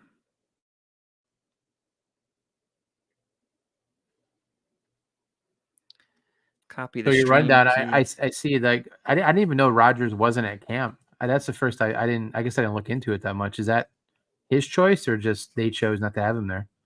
His choice. Robert Saleh came out and said that it is an unexcused absence. Really? Is it because of his think injury? we're just no one. They won't say what he's doing. They just said that he had something planned that he did not want to break. So Rogers rules the world, basically. They did say that it's subject to fines because he is disobeying the rules of the CBA and He doesn't give a shit. unexcused. So yeah, I forgot how much it ends up being, but it's like $20,000 a day or some shit. So he's holding out. Amari Cooper's holding out, but Amari Cooper's holding out for a new contract. That makes sense. That's what players do when they want a new contract. Aaron Rodgers is choosing to not be there. Is he in some ayahuasca camp right now? That's the joke. The running joke from Mike Florio right now is that he's looking up ayahuasca retreats that are happening right now. And there's one in like Colombia and there's one somewhere else. So he keeps joking. I wonder which one Rodgers is at, blah, blah, blah. Everyone's talking shit about him because back in like February, there were some Jets players that were running their mouths. And they asked Rodgers basically like, what are your thoughts on them saying this, this, and this? And he goes, guys got to get serious. We don't have time for this bullshit. If you're not here for football, then get out, blah, blah, blah. Like he's basically saying that like, if you're not dedicated to football, get the fuck out. And then the first couple practices of mandatory minicamp and Rodgers is not going. So kind of interesting how that works out. But what do I know? Aaron Rodgers is a fucking turd. He talks so much shit, acts like he's mightier than God, and then pull stunts like this to just keep making people hate him. Like you would think he'd eventually, like, I assume most athletes have a PR team that would tell you, hey, you're not a good look. You probably shouldn't be saying this. You should probably come out and say this. He just does whatever he wants, and it gets worse and worse for him. Yeah, he's gone downhill so much in the last couple of years. He used to truly be one of my insane. favorite players. I used to pick him every year for MVP. I'd want the Packers to win the Super Bowl. And then he kind of got this platform where he loves to talk and hear himself talk. And you hear him talking, you go, oh, he's kind of a fucking idiot. And like, you just lose a lot of respect for the guy. Speaking of NFL, since we're on the topic, not to get sidetracked, have you seen the Will Levis leaked video? Not seen the video, but you saw that it was leaked. No, what is it? Oh, Dude, so he had a sex tape leaked with him and that chick that he had with the on him on the draft, right? Oh, I didn't know that. No shit. And I guess the joke is that he only like lasted like 2 or 3 pumps and boom. So there's a Okay. bunch of like video memes going on TikTok about like just that. But I guess he has a cannon, quote unquote. Okay. So it's hilarious. It came out like 2 weeks ago. I thought it was No funny. shit. I had no idea, honestly. It was trending on Um, Twitter. I'm like, what the fuck is this? And you look it up on Twitter. It's like Will Levitt's video, and it's like, yeah, it's that chick from that he was at the draft with. Damn, I had no idea that happened. I do remember seeing him, um, kind of trending or whatever on Twitter a few Yeah, weeks ago, but I didn't that know was it. why, and That was it. I didn't look into it because I was like, it's Will Levis. Like, what do I That care? that dude's Um, about to go off this year, no literally and shit. Good for figuratively. him. Hey, if not, he could retire and probably play baseball. It sounds like he was born with a bat, so more power to him. If we play the Tennessee Titans, who's got the bigger penis guy? I'm going with him. Yeah, apparently he's the hands down winner. I'll have to take a look at it. Speaking of people missing from Jets camp, though, Hassan Reddick is also holding Yeah, out, which I that's find to be crazy. hilarious because they traded for him to be a stud defensive end, and they're refusing to give him a new contract. So he wanted out of Philly because his contract was expiring and they were changing their defense. So they traded him to the Jets. Usually, when you trade for a player, You sign him to you a new contract. immediately. That's what we did with Yeah, Jerry Jeudy. We traded for Jeudy, and he got a new contract the day he landed. Hassan Reddick gets traded to the Jets. They're not giving him a new deal. He's pissed off, and he said, "Fuck you! I'm not coming to camp. I don't want to be here if you're not going to pay me." that's So insane that they didn't do that. I wonder if there's a reason they didn't do it, but that's crazy. You normally make that's like a common yeah, sense I thing. I can't imagine that the Eagles and Jets had that conversation. The Jets didn't have an agreement in place. Like, I don't know, that's unheard of to me. Truly, usually you make that trade and you let the guy know in advance, like, "Hey, we want Because to." wouldn't the agent have like no ahead of time? Like, Yeah, hey, you we're gonna accept this trade. We're gonna sign you to an X amount of deal. correct. The GM would speak with the agent and say, like, "Hey, we're going to trade for your client, and we want to offer him an extension at whatever." Well, they negotiate. Then once everything's cleared, you then make the trade. Yeah, Lo and behold, Hassan Reddick, no deal. Who knows what they discussed when they traded for him? He's on the team and he's just refusing to show up. He's pissed off. I love it because you know my stance. Fuck the the Jets. Jets, So fuck them. The couldn't be turmoil, happening to a turmoil. better team. I am so thrilled that they're going through all this turmoil. They're the laughing stock of the NFL, and it seems like nobody wants to be there. And I fucking love it. Are the Jets an opening night game again? Uh, I mean, they have like the most primetime games in the NFL, so they've got to be one of them. The Fucking opening shit's night rigged. game is the Chiefs and Ravens, if I'm not mistaken. It's always Okay, the Super Bowl winner gets okay, that opening makes night sense. Thursday night. And then the Jets are probably a primetime game that weekend, though. They're probably the Sunday night game or the Monday night game again, if I had to guess. Okay, that makes sense. I was just wondering if he's going to run out with the flag again and then tear his Achilles Hey, maybe and we'll get 5 plays replace. in this year instead of last year's There 4. has to be That'll a new. bet on him getting injured in the first quarter. Has to be. If it happens, I will fucking keel over laughing. Honest to God. I Your remember poor last Jets year fans. how Your poor quickly Jets I fans. texted my buddies. I mean, there's been videos that came out of him when he was at voluntary mini camp a couple of weeks ago. He was on the sideline, like rubbing his leg and shit like that. Like, didn't look good for a 40-something-year-old dude trying to come back from a terrible injury like he did. A torn Achilles is no fucking joke for anybody. And you're a 40-year-old dude. You don't heal the same way you used to. And he's trying to come back, but we'll see how that works. Watch him retire before week 1. He just retires. I mean, he's refusing to be at camp right now. To me, that's a telling sign that football's not the top priority for him. There were rumors that he was going to retire and be running for vice president with Robert Kennedy. Now he's skipping it for possibly an ayahuasca retreat. Like, just weird behavior from this guy. That's a guy you gave the keys to the castle to. You essentially, Aaron Rodgers runs that fucking ship. So the fact that the dude that's the face of your franchise right now, that's the leader of everybody, is pulling shit like this, to me is a horrible look for the Jets. But again, I fucking hate the Jets, so I love every second of this.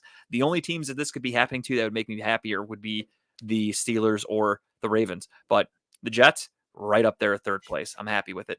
Who's the backup right now behind Rodgers? I believe Tyrod Taylor. I don't quote me, but Oh, I think they signed him to be the backup after they traded Zach Wilson. I he think. just loves those New York teams, doesn't he? My gosh. Yeah, he's like, fuck it, whoever will take me. So yeah, a lot of shit happened in the NFL. I don't have the numbers in front of me because I could care less, but Justin Jefferson signed a mega contract with the Minnesota Vikings, which is kind of funny because a lot of rumors came out over the last couple of weeks, months, whatever you want to call it, that they took a lot of calls around draft time for trading Justin Jefferson. As you should. I mean, why wouldn't you take calls? So they came really close to getting rid of him just to then turn around and give him a gigantic contract for a wide receiver, which is where I want to talk really quickly because we'll skip ahead. Christian McCaffrey also got an extension from the San Francisco 49ers. We won't gloss over that. So shout out to him. He was also named the Monsters. I forgot they have Game 7 going on right now. Thank you, Steve. Keep me updated on that. That's pretty badass. This isn't the finals though, right? Like, I don't know what they call it. It's not the Stanley Cup, but it's not, I think is it the round before? I don't know where they're at. Maybe it is. I honestly don't know.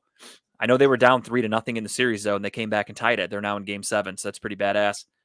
Shout out to the Cleveland Monsters.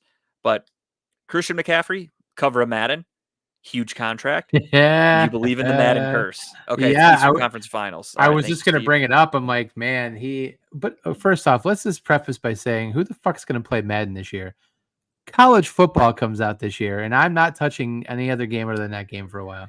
I haven't bought a Madden game in, God, I can't remember, 10 years maybe. I honestly haven't played Madden in so fucking long. College football is coming back. I'm pretty excited for that, but I'm also not as excited as I thought I would be. Oh, I'm so pumped. I'm so pumped. I mean, I'll get it, I'm sure, but I just don't I don't know. I feel can't wait to pick the most lowly college on there and build them back up to dynasty. I just feel like it's been gone for so long that it took away the itch. It's still cool to watch highlights, but at the same time, it's kind of like when I was younger, I was watching college football religiously. I knew all the players. I know them all now, but now I watch college football differently. I don't really care. It's back in the day, I'd want to beat up on Florida. I wanted to destroy Tim Tebow and the Florida Gators. Now I'm I don't care. I could beat up on Michigan, but I don't know. Now you have all the players' names, so now you know who everyone is in the game. True, I did forget about that part. They do have the names. I liked it better when it was just wide receiver 1 and wide receiver 2. Yeah, you just had to guess to make sure. You do a create a player, and that's the only player on the field with a name. I liked that. Yeah, it's gonna be fun. I can't wait. I already pre-ordered it, but I just won't. When does it come out? July 9th, I think. Soon. July okay, I didn't realize it was that soon. In 3 weeks here. Yeah. So that's going to take up some time for me when I get it. I just haven't played much video games lately, but that one I'm pretty excited about. I had every intention after we were all over our friend Garen's house for Call of Duty night. I had every intention of coming home, plugging in my PlayStation, and playing more Call of Duty. I have yet to do that once. I just put my computer back together a couple days ago from the time that I had it apart for Garen's house. I plugged my PlayStation in on Saturday night because we were watching a movie with my niece and I needed to play a Blu-ray. So I was like, well, let me plug in my PlayStation. Yeah, I just haven't had a need to do it. I've been watching White Collar on Netflix because it dropped. I forgot how good that show was. I watched it when I was younger. Never seen it. So good. That'd be a tip sometime when I finish it again, but it's so good. But anyways, back to the Madden curse. I fully believe in it. So either one or two things are going to happen. Either he's going to get hurt, right? True Madden curse, or the 49ers are not going to have a very good season. That's where I think it's going to happen. One of the two things. Yeah, I mean, the 49ers have been a powerhouse for the last handful of years. Sure. Consistently one of the best teams in football. However, they haven't been able to get it done. Mess with your lighting over there? Yeah. Do I have a glare or is that just from the... You have a glare. Yep. I do have a glare. Okay. No glare. Glare. No okay, glare. I think it's because I have my shades open. Yeah, it's the sun coming in. So let me get that really quickly. Trying to avoid the hold down the fort. Trying to avoid the chipper thing over there.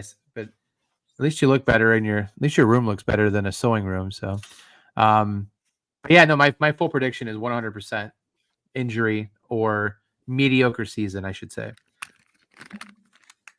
Much better. Okay.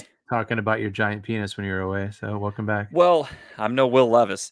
What was fucking me up is if you look at the background, we have the lights were coming in there. So I'm like, is that just from that? I can't tell. Is that actually me that's causing that? But that makes sense. Maybe it's a light. It's telling you to turn to the light, Justin. Just go walk towards the light.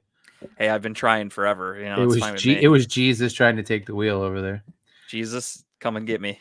So what's your prediction? So my prediction was mediocre season or he gets hurt. One of the two. Yeah, I'm thinking injury just because I'm not touching him in fantasy this year, regardless of what draft pick I have. I can't do it. I believe in the Madden curse. The proof is in the pudding. It happens. It's not something that's like, oh, it happened like twice. It's not real. Like, I'm not a conspiracy theory guy because this is something that's just weird fate. Right. Uh, but it does seem to happen to Madden cover players. I don't understand why. So I am avoiding Christian McCaffrey like the plague. He had some injury history with Carolina. He's been relatively healthy, a touchdown machine for San Francisco for the last year and a half that he's been there. Nothing gold can stay. I feel like he is going to get affected by this Madden curse, and it's going to be ugly. Agree. And I feel bad, but he made sure to get himself a contract before they announced he was going to be on the cover. And I feel like that was smart by his agent to be like, that you was need to his get protection paid before this game comes out if you say yes to EA. So he did that. And yeah, I'm with Steve. He says he can't wait to go have Michigan go 0-11 in dynasty mode for 20 years. Just turn them into the worst fucking program in all of college football. Absolutely. Fuck that team. So yeah, I'm excited. I'll get college football, but I wanted to talk also about the Cowboys a little bit because the Cowboys are making some questionable decisions. It really is. They have two of their top players playing on 1-year contracts. They have CeeDee Lamb. Surprised they're not holding out. He should be paid. He's one of the best wide receivers in football. He does everything for their offense, and they're not interested in giving him a long-term contract. Dak Prescott, good quarterback. I don't love Dak Prescott. I think he's a good quarterback, not great. However, he has led the Cowboys to multiple playoff appearances. Not getting paid, though. They're letting him go on a 1-year contract where I wouldn't doubt if they let him go. And to me, that kind of goes back to where we talked earlier about Baker Mayfield. So Baker Mayfield, when he was in Cleveland, yes, he took us to a playoff appearance. One playoff appearance, and the Browns were okay with letting him go. Dak Prescott, multiple playoff appearances, number 1 seeds, etc., or division wins, whatever. And they're still willing to roll the dice to let him walk away. Dak Prescott, to me, is 10 times the player Baker Mayfield is. And if the Dallas Cowboys see Dak Prescott and go, this guy isn't somebody we believe in to win a Super Bowl, why would Browns fans think that Baker Mayfield would be somebody that they could win a Super Bowl with? But again, that just shows you the stupidity of Browns fans and how they don't understand football in the grand scheme of things because they look at it just as a guy that they like, they think should get paid to the fucking moon. Everybody wished Baker Mayfield would have gotten like the biggest contract in NFL history, even though he is an average quarterback. The Cowboys have a much better quarterback than Baker Mayfield in Dak Prescott, and they are willing to let him test the market more than likely. I don't foresee them giving him a long-term contract. They also have hardly any cap space. They came out in the offseason and they said they were going all in this year to win a championship, and they have done nothing. Again, CeeDee Lamb playing on a 1-year contract, Dak Prescott playing on a 1-year contract.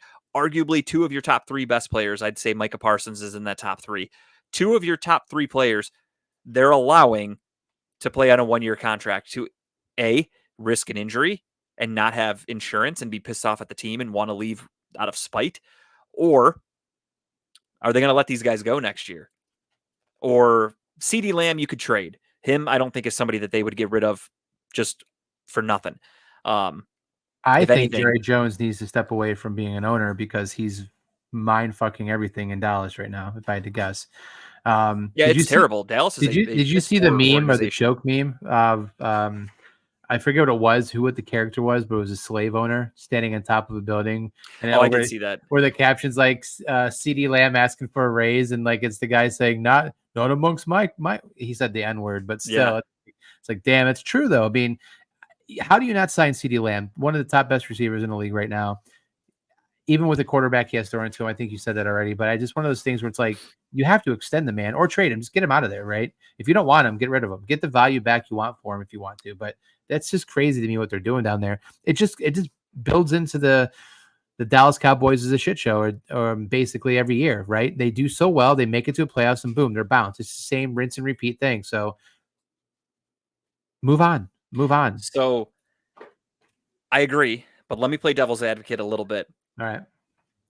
Not necessarily defending Dallas, because I could give a fuck less about the Dallas Cowboys, but you have the Dallas Cowboys, who are America's team, quote unquote. They're constantly getting the primetime games. They're the talk of the town. You heard it when Tom Brady discussed his first game that he's going to be commentating on. It was the Dallas Cowboys. He didn't even talk about the Cleveland Browns, who are the team that the Dallas Cowboys are facing. He basically acted as if they didn't exist. He's like, oh, I'm so excited to see Dak and Micah Parsons and CeeDee Lamb, blah, blah, blah. Meanwhile, we have Myles Garrett, Nick Chubb, Deshaun Watson, Amari Cooper, David Njoku, and then Tom Brady didn't mention any of these guys. We have a 2-time coach of the year, the reigning coach of the year. Didn't mention any of these guys. Whatever, that's fine. However, wide receivers are getting paid so much fucking money, and I really sat back and thought about it. When's the last time a team won a Super Bowl because they had a stud wide receiver? And that was like the main reason where they were an impactful player. So I look back, I don't have it off the top of my head or written down or anything like that. But if you go back, the Kansas City Chiefs let Tyreek Hill go and they won 2 consecutive Super Bowls without him. Their number 1 wide receiver was Mecole Hardman, Rashee Rice, like these guys you just drafted in like the 2nd round, these no-name guys that you had to develop. Yes, the Tampa Bay Buccaneers did win a Super Bowl a few years ago with Tom Brady. They had Mike Evans. They had Chris Godwin. They had a pretty good receiving core, but their defense was the best in football and the best at the time in the playoffs. They were shutting people the fuck down. They shut down Patrick Mahomes. That had nothing to do with the wide receivers, but they still had them, so you can argue with that. The Rams beat the Cincinnati Bengals. The Cincinnati Bengals had T. Higgins. They had 2-1 Hershey. Not good for the Monsters. They had T. Higgins. They had Tyler Boyd. They had, obviously, Jamar Chase. On the flip side, the Rams had Cooper Kupp, who was coming off Offensive Player of the Year. He was one of the best weapons in football. But he was a slot receiver. He wasn't a super highly paid number 1 wide receiver like CeeDee Lamb would be, like Justin Jefferson is. I look at it as teams with these highly paid wide receivers are not teams that I think are going to have an actual Super Bowl threat in the foreseeable future. The Minnesota Vikings, as soon as they lost Kirk Cousins, to me, lost any credibility for being a Super Bowl contender. I think JJ McCarthy fucking blows. So I'm not worried about them. I just went back to the Super Bowl history. I can't look at one game and say that's because of the receiver on their team. Like that's now crazy. Wide receivers are becoming arguably the highest paid player on and to me, that's fucking shocking. They're following the same trajectory as running backs have been, right? Yeah. Running backs peaked, and now they're down here. I think receivers are going to have the same fall too. Which is, again, for me, I look at the Kansas City Chiefs, and I would look at them, and I would say, okay, I'm gonna base my team off of their model. They don't have high-priced number 1 diva wide receivers. They're just finding guys to plug in. They're getting they got Hollywood Brown in the offseason, who was a bust first-round pick. Maybe they can turn him into something. Again, they had Rashee Rice. They got Sky Moore. They have Travis Kelce, one of the best tight ends in football. They have Patrick Mahomes, obviously probably the best quarterback in the league. So you have these pieces. Don't get me wrong. That helps. But they don't need the stud overpaid wide receiver. And the teams that are doing that are teams that I don't think are real threats. Right. So it's interesting to see. I'm with you. I'm curious to see if the trajectory changes. George made it to Columbus. George, safe travels. Thank you for checking in. Hope everything went smoothly. On your way back, if you want to bring us some White Castle, we would both appreciate it. I'm just kidding. But I think wide receivers, like you said, I think that's going to peak, and I'm wondering who the next position is going to be where they're going to become the highest paid. I think it might just go. I don't think it'll go back to running back, but I feel like it could just kind of balance. I think wide receivers needs to get balanced. I think if Kansas City wins another Super Bowl or two in these next couple of years, they're going to look at that philosophy right there and say they didn't spend much money in the receiver department. You know, they fit pieces, they put slot pieces where it needed to go, and just ran a good offense. I think you're going to see it in the next 5 years happen. If it's not the Browns, I hope it's the Kansas City Chiefs that win the Super Bowl for the next few years. Because again, I want Tom Brady dethroned. I want Patrick Mahomes to be the best quarterback of all time. Whoa, so you're going against your policy of rooting for an AFC team, huh? Yes, only for Patrick Mahomes. That's the only team. I just want him to be better than Brady. I hate Tom Brady. George says that can be arranged. George, I'm just kidding. My wife would kill me. I've asked people to bring me White Castle home before, and it gives me terrible gas, and she gets really mad about it when I eat it. So no White Castle for me. No Ixnay on the White Castle, or however you speak Pig Latin. I can't do it. I'll wait for Vegas to have my no White from Castle. the other room. No.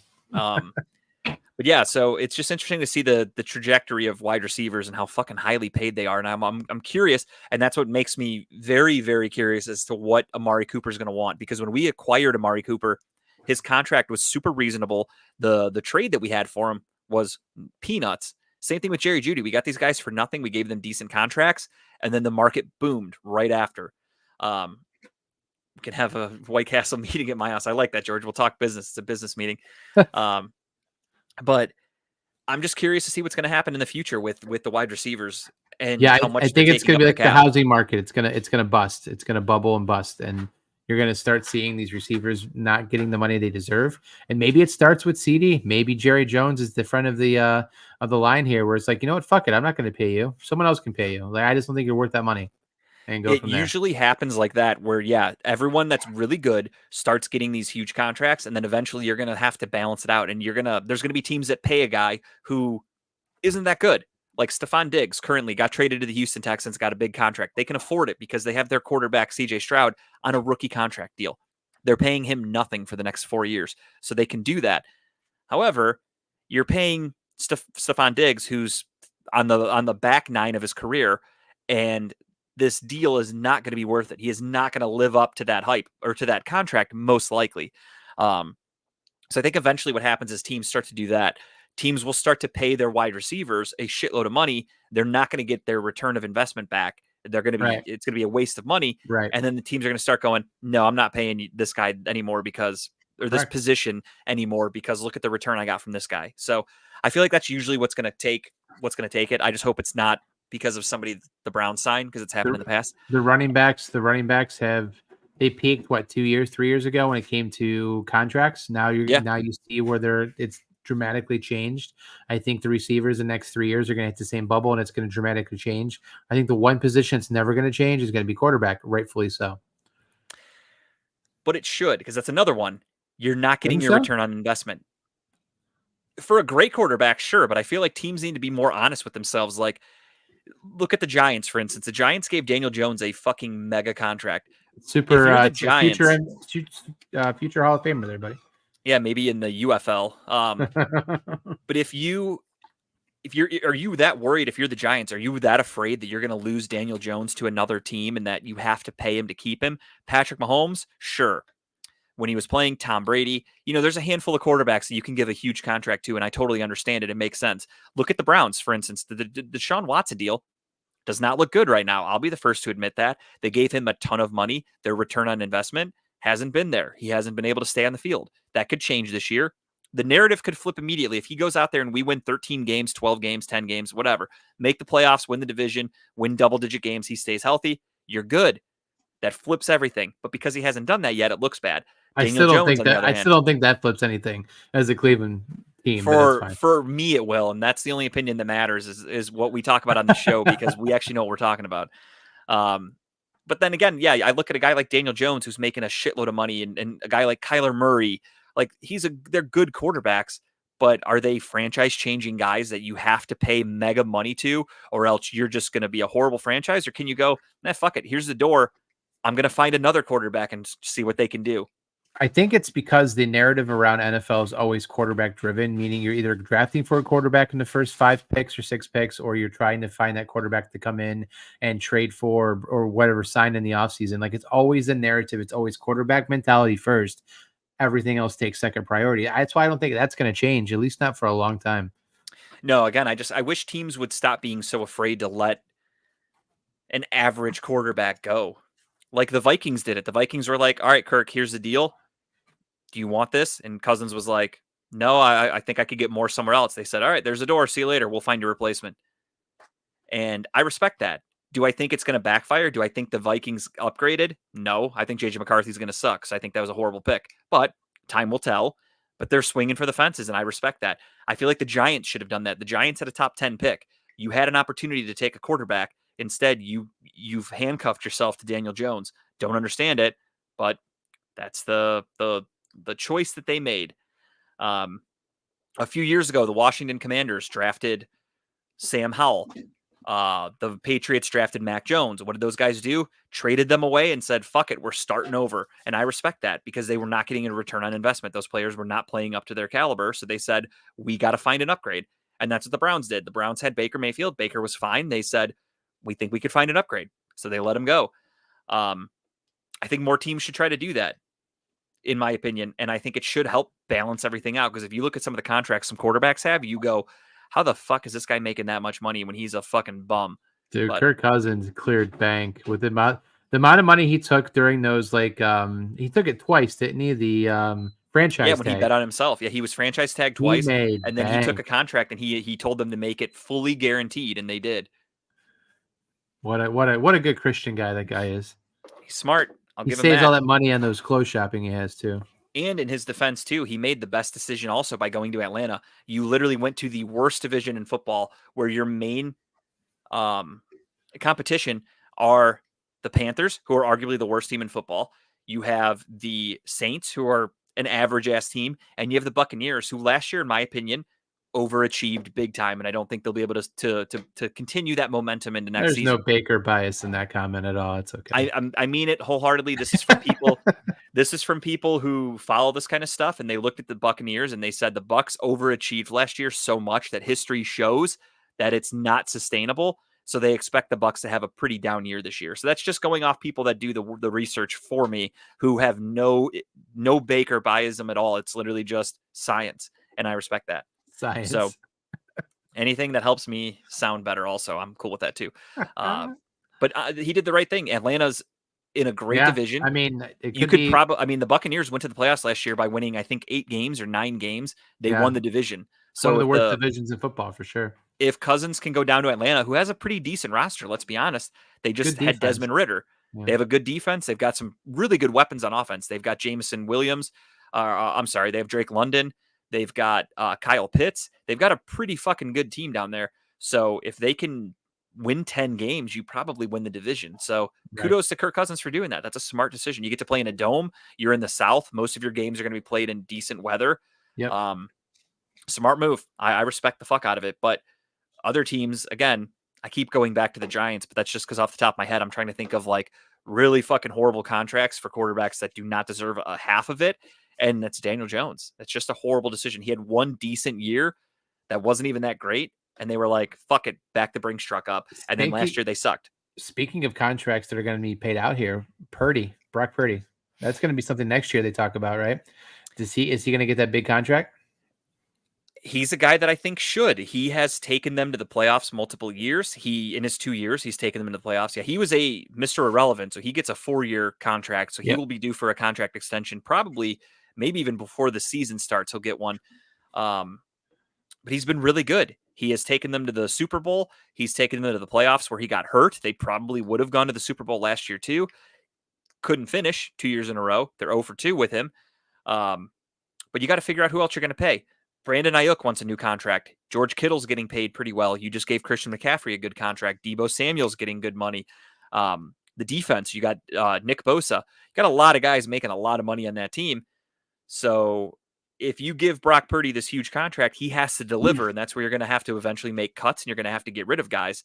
And is Brock Purdy a guy that you think can run an NFL team when you lose McCaffrey to his inevitable Madden injury, when you lose Deebo Samuel because you can't afford him anymore? Can Brock Purdy take guys and turn them into stars? To be determined. This is why I think that this is going to make or break year for the 49ers, because I think this team looks a lot different at the end of the season. And I agree. I mean, they're going to, in my opinion, I think you have to keep rolling with Brock Purdy. He's played well enough. He cost you nothing. But you are going to have to pay him after next season. At least you get one more year out of Brock Purdy. I would say they're not going to, I don't think his agent will let him play next year without a new contract. So he will play this year at least. And this is a huge make or break year for him. Do I think it's Super Bowl or bust? No. But if he can continue that success, and, if Christian McCaffrey goes down, you lose your touchdown machine. If you can still win your division and make the playoffs and become an actual Super Bowl threat, I think he's earned himself another contract. We'll see. Agree. So we'll see what happens there. Moving on, let's get to, wanted to talk a little bit about Gable Stevenson, the ex-WWE. He was a wrestler. He was an Olympic wrestler, actually, first. He then signed with the WWE, and then he got released from the WWE for not being that good. And now he's signed with the Buffalo Bills, and this isn't just a tryout. They gave him a multi-year contract, which is kind of fucking unheard of because the guy's never played football. What position is he playing? I think he's defensive line, I think. Okay. Interesting move. It made no fucking sense to me. They signed a guy who never played football to a multi-year contract. I saw that news and I thought at first it was a joke because it's I like did on too. a I thought it Twitter was an Onion account. article. I was like, Yeah, oh, that's pretty right. funny. Wow. So I mean, they're rolling the dice literally with this guy. I mean, okay. I mean, see what happens. I mean, if he's on defense, you're not asking much out of him other than try to get to the quarterback, right? So see what happens. Yeah, he is officially signed as a defensive end. And not that he matters, but former NFL offensive lineman Ramon Foster, formerly of the Pittsburgh Steelers, has signed off, or I'm sorry, he rips the Buffalo Bills for signing Gable Stevenson. And he said, hate it. Hate every bit of this. No, you were pro at a different sport. I hate it. And I ain't mad at him. Just call me a hater because I ain't hate this. Because I hate this. You can't just show up, go to practice, and think you can do it. Wrestlers are a big part of this. I know for sure Pittsburgh's rookie last year, Keanu Benton, was a wrestler. Their draft pick this year, Zach Frazier, was a high school wrestler. Wrestling is a cool part of playing football, but being a good wrestler doesn't automatically make you a good football player. And I agree with that. Stupid decision by the Buffalo Bills. If you want to bring this dude in for a tryout, you want to sign him to a 1-year league minimum contract to just cut him at training camp if he sucks, totally get it. Bringing him into a long-term contract, which means Is you're any more of than that likely, money? Is that money guaranteed? Any of it, or is it? to be honest, I would assume there was a good signing bonus. I don't know if I doubt they guaranteed it. Let me take a look at his Spore Track if I can find his contract. Give me 1 second here. Of course, when you Google him, there's a million things to look up because it wants to show you his wrestling history. And I Good could give wrestler. When I saw him in WWE, he just had no personality, right? He wasn't. no, he Meant was to not fit. meant for WWE. He is No, not that kind of character. he's not a Uh, Brock Lesnar by any or and Kurt that's Angle. kind of ironic because Brock Lesnar was on the Minnesota Vikings as a defensive end. He played football and he was a collegiate wrestler. However, Brock Lesnar's built a little fucking different than Gable Stevenson. Let's be Just a honest. little bit, yeah, just a Just a little bit. touch. What the fuck? I can't find his contract anywhere. Let's just say he got paid more than he deserves. Let's go with that. Yeah, I know he signed a 3-year contract. That's really all I can find. I'm trying to find details, but it's. Does he make the team? I mean, on a 3-year contract, I would think so, but at the same time, I doubt he's good enough. I haven't seen him yet, but I just highly doubt that he's good enough.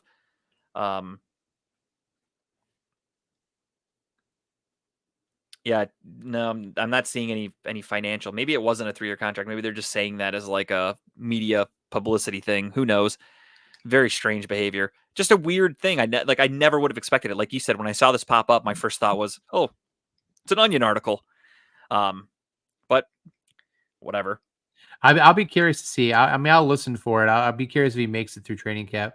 I can't see this guy making a team. If he does, he's going to be third rotation on a defensive line, I'm sure, because Yeah. that's what behind Von Miller and another guy too. So, I mean, Yeah, they've got some decent guys. They've got Greg Rousseau. They've got a couple of years ago they drafted him. They've got some young talent on that defensive line. So yeah, these guys have to be a little pissy too to coming into this guy just off the streets getting signed to a deal like that. if anything, it motivates them. It's kind of like, all right, fuck you. You think this guy's gonna walk off the street and take my job? Fuck Yeah. you. And they're gonna really play their asses off. Maybe We'll see that's what it happens. was meant for. It was a media, like a scrum, just a little publicity stunt to get him To motivated. see Von Miller beat up Gable Stevenson at practice and training camp, you go, all right, wow, not as tough as you thought. Yeah, we'll see how this plays out, but definitely something to keep an eye on. I really don't know like what to make of this. It seems like a gimmick, but at the same time, I guess it's legit. So I don't know. The Boston Dallas game is tipping off. Speaking of gimmicks, did you see that Netflix signed that hot dog eating contest? Which gets me to our next topic. We are talking about balls, but we are not afraid to talk about wieners as well. And that is because Joey Chestnut, as of yesterday, the story came out that he was banned from competing bullshit. the hot dog eating the Nathan's hot dog competition because he signed a deal with a vegan hot dog company, which was directly against Nathan's. So they banned him from the competition. I was really excited. I thought this was real. Literally had this made before the show. And about an hour before we went live today, it came out that it's going to be on Netflix. Kobayashi versus Joey Chestnut hot dog eating competition. This whole Joey Chestnut's banned thing was just a publicity stunt to get people talking. It worked. Wait a minute, he's really not doing a Nathan's thing. I know, but that's because he got this huge Netflix deal. He doesn't give a fuck about Nathan's anymore. Yeah. No, but still, I mean, he kind of got the Kobayashi treatment though. Have you seen that documentary on Netflix yet? The one about Kobayashi and the hot dog eating contest. I didn't even know there was one. There is one. Watch it. It's crazy, right? It talks about the upbringing of Chestnut. It talks about Kobayashi kind of bringing this whole Nathan's thing to the front. It's a really good documentary. It's probably like an hour and a half long.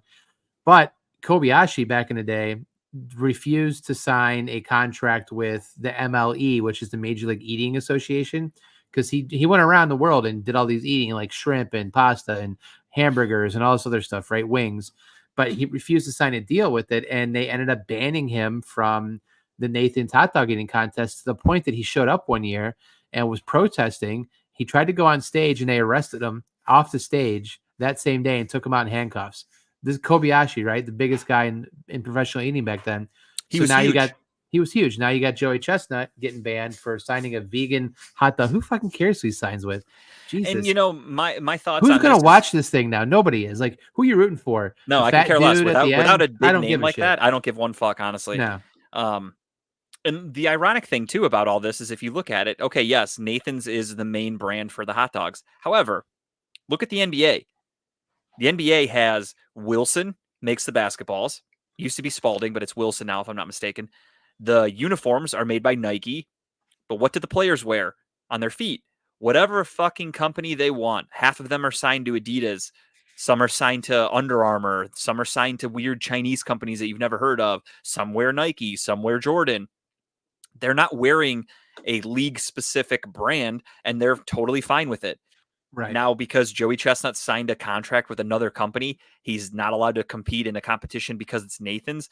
Wilson doesn't say, you can't let Donovan Mitchell play because he wears Adidas shoes, or Jordan doesn't say he can't wear Adidas shoes because he's wearing a Jordan jersey. It doesn't fucking matter. Who cares? Let these guys sign their contracts and make their money. Are we saying that Nathan's doesn't have a vegan option at all? Like, that's what we're saying, is they don't have one at all?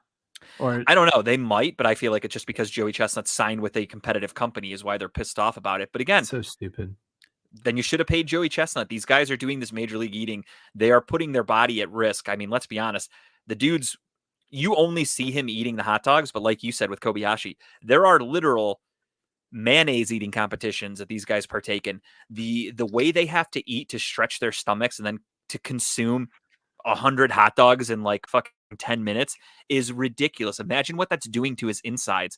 And you mean to tell me he's trying to make himself a little bit of extra money and you're going to punish him for that? Dude, on that documentary, he goes through a training session of like how he like consumes air into his stomach to expand his stomach. It's legit. It's a full training regimen. I've seen things like that before. I eat 2 hot dogs. I'm like, all right, I'm done. Like, I just can't imagine like cramming that many wieners down your mouth.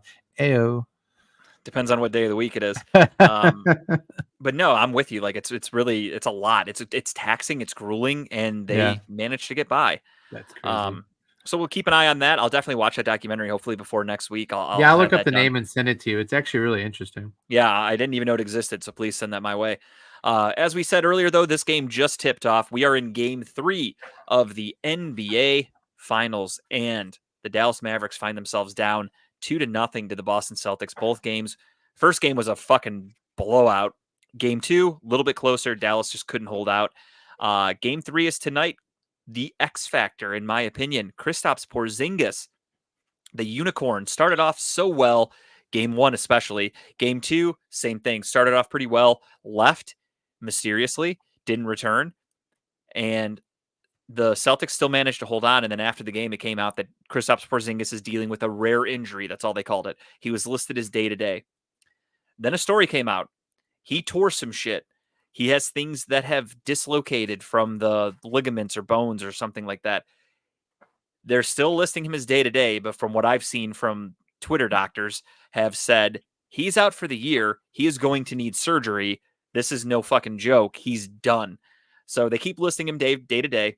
About an hour before tip-off today or whatever, they posted, oh, Kristaps Porzingis is ruled out for tonight's game. No fucking shit. But he is hurt. He is in bad shape. He is not. Without Kristaps, this changes the game a little bit. Yeah, and I think Dallas needs to win tonight to make this a game series. Oh, for sure. But without this is a must-win for Dallas. Without Kristaps, that changes the odds a little bit. I think. What were the odds going in tonight without Kristaps in the lineup? Honestly, I don't know. I didn't look. If I'm being honest, I didn't pay attention. But yeah, he is the X factor because you have Dallas, who at the time going into the finals were one of the best defensive teams in basketball. Offensively, they were fine, but they were killing it with their big men. Lively, Gafford, PJ Washington, they've got some size. The one thing Boston didn't have, size. Their center is Al Horford. Al Horford's like barely 6'10". He is not a true center. They were going to expose that. Kristaps Porzingis came in, and he's making 3-4 blocks a night. He's hitting shots. He's getting rebounds. He's contesting shots. He's making guys think twice before they drive to the paint. Now you lost that. I know it's early, but Dallas went up with a 9-2 lead.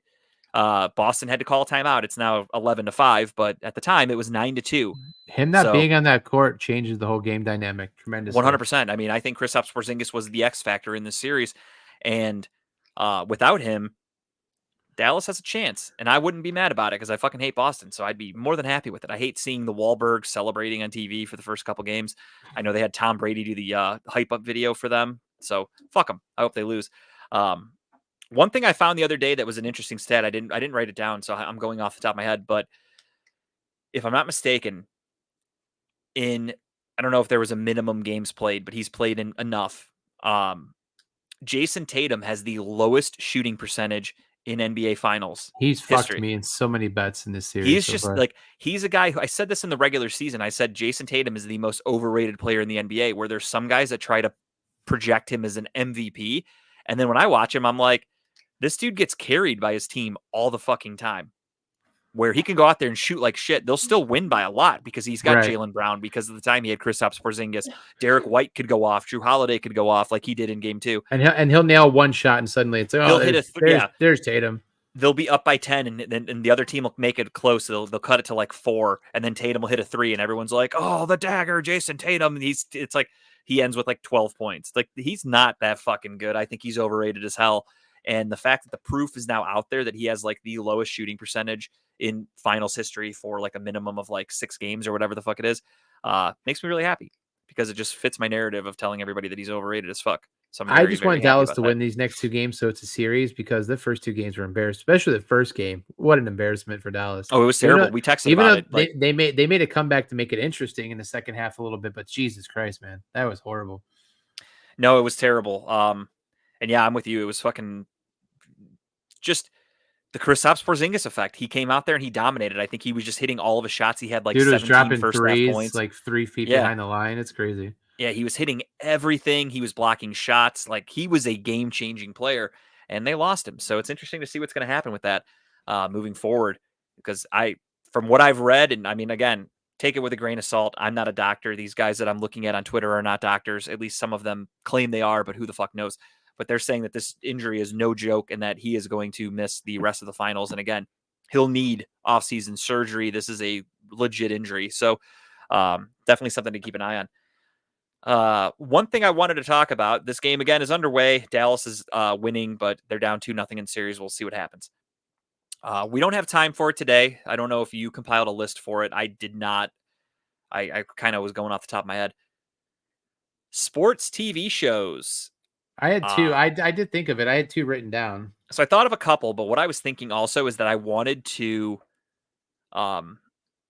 wait. I wanted to give everybody out there the chance to send in your picks. I want everybody to tell us what your favorite sports television show is. Not today. Save it for next week. So next week, let us know what your favorite sports television show is. It doesn't have to be like Friday Night Lights. It can be something like, you see him in the picture, Kenny Powers. Kenny Powers was a baseball player, but that show does not really revolve around baseball. So it doesn't have to be like a show that's super dedicated to sports. It just has to be around it. Like, technically. So next week, look at some of your favorites. I already have a pretty good list of ones in my head that I want to talk about, but I'm going to do some more digging. Did you rank them or just list them? I'm probably just going to list them. It's going to be tough to rank them. It depends on what my list ends up being. If I can, once I'm done, I would say if I could come out with like 5, I think 5 is a good number. I don't want to go too many, but if I could get a good list of 5 and I'm looking at them and I'm like, okay, I definitely like this one better, definitely like this one here, I would rank them, but I might just go in no particular order. Okay, fair enough. No promises on how that's going to go. But yeah, so for next week, everybody watching, if you guys want, let us know what your favorite sports television shows are next week. We'll have that in the show for sure with this same graphic that thank you to George for making. That's cool. No, he did a really good job. George sent me everything. We talked a little bit this week. Robert, what's up? Next week again, Robert just joined us. Give us your favorite sports show. We're going to rank them, or not rank them. We're going to talk about them. And there's some good ones on there. So I'm excited to talk about that. I've watched sports shows my whole life.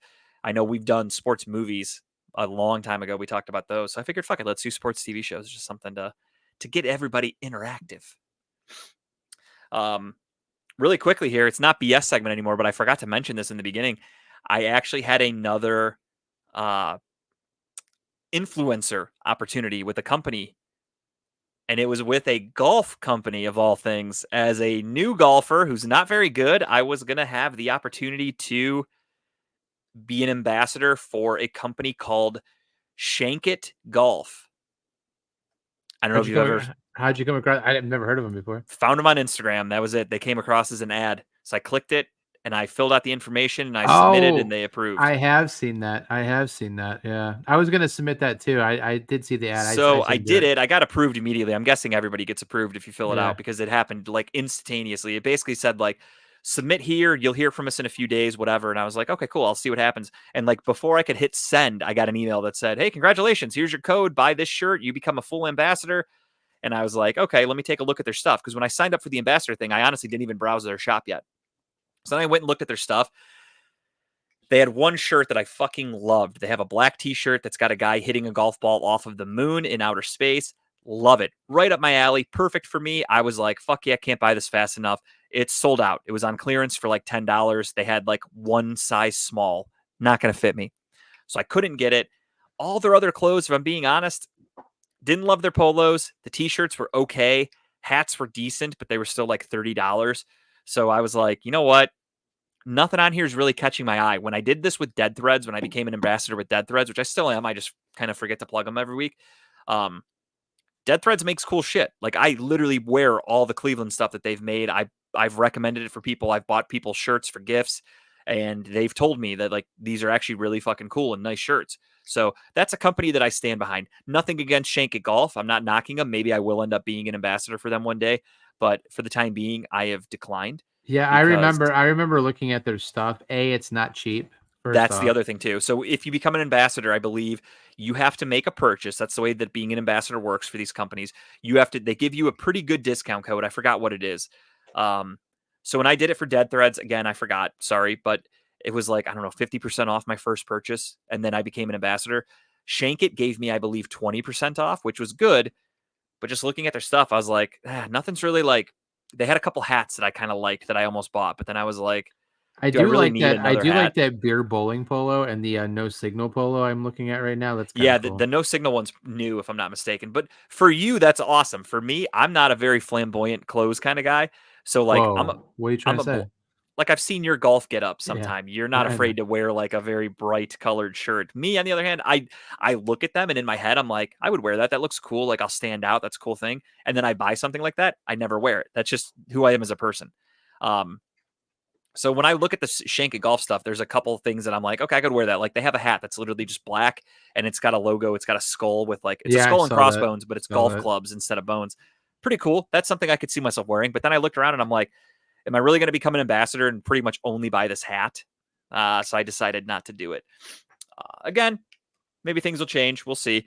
But for the time being, I have opted to not follow through with being a Shankit ambassador. Just wanted to fill everybody in there for those that were wondering at home. I'm sure nobody was. Justin, I'm sending you a house. Jess told me to send it over and tell you guys to come towards us. Okay. Pretty nice. Take a look. Pretty nice. But no, I did see that. I would like to be an ambassador of something golf related, but something that's a little more easy on the price, the pocketbook. Yeah. Same with me. Like there's a couple companies out there that make some really cool shit. And like, again, nothing against Shankit Golf, but there's other companies that make shit that's more for me that I would rather be plugging if I could. If I could work with a company, I'd want it to be with something that I get behind. What about, would Dead Threads ever make a polo something? You ever talk to them about that? Like a golf related polo? I don't know. I'm sure they would. They've been kind of working on they've upgraded their t-shirts to where they're using like way nicer material for their shirts. So they're charging a little bit more. They started making hoodies and zip ups and stuff like that. So they are entering into trying to get new stuff. When they first started, it was basically like they were hand printing a shirt in their garage and they were putting it on a shirt or a sweatshirt. That was literally it. Now they're Every doing good company hoodies. starts in a garage, man. Exactly. They're doing hoodies, they're doing shirts with like a front logo and a back logo. Like they're really expanding. So I like that they're willing to do that. They're trying to make one for every team that they can find. They're constantly posting on Instagram. They're like, where are you? What city are you in? Would you like us to make a shirt for you or whatever? And I really like that for them.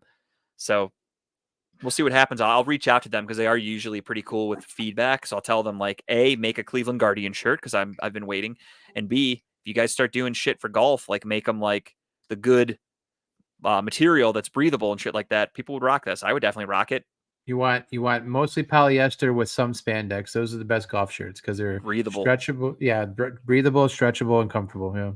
Celtics are making a little bit of a comeback, 25-19. Dallas has called a timeout just to fill you in. With that being said, we have arrived at just the tip. Kyle is going to go first. Kyle, what do you got for us this week?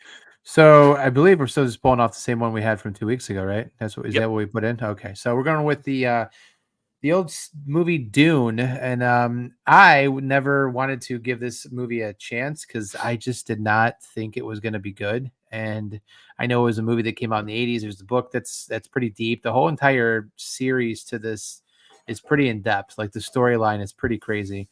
But I had some people say, no, it's you got to check it out. You got to watch it. I did. I gave it a chance on HBO Max. They actually have 1 and 2. 2 just came out recently. So I watched both in one day. That was a very boring day for me. Not a very boring day, but a very couch-friendly day for me. So I watched both in one day, and I'm hooked. I can't wait for 3. The storyline is pretty much, I'll just say Game of Thrones set into a desert with sandworms, if that's going to give you a synopsis, basically.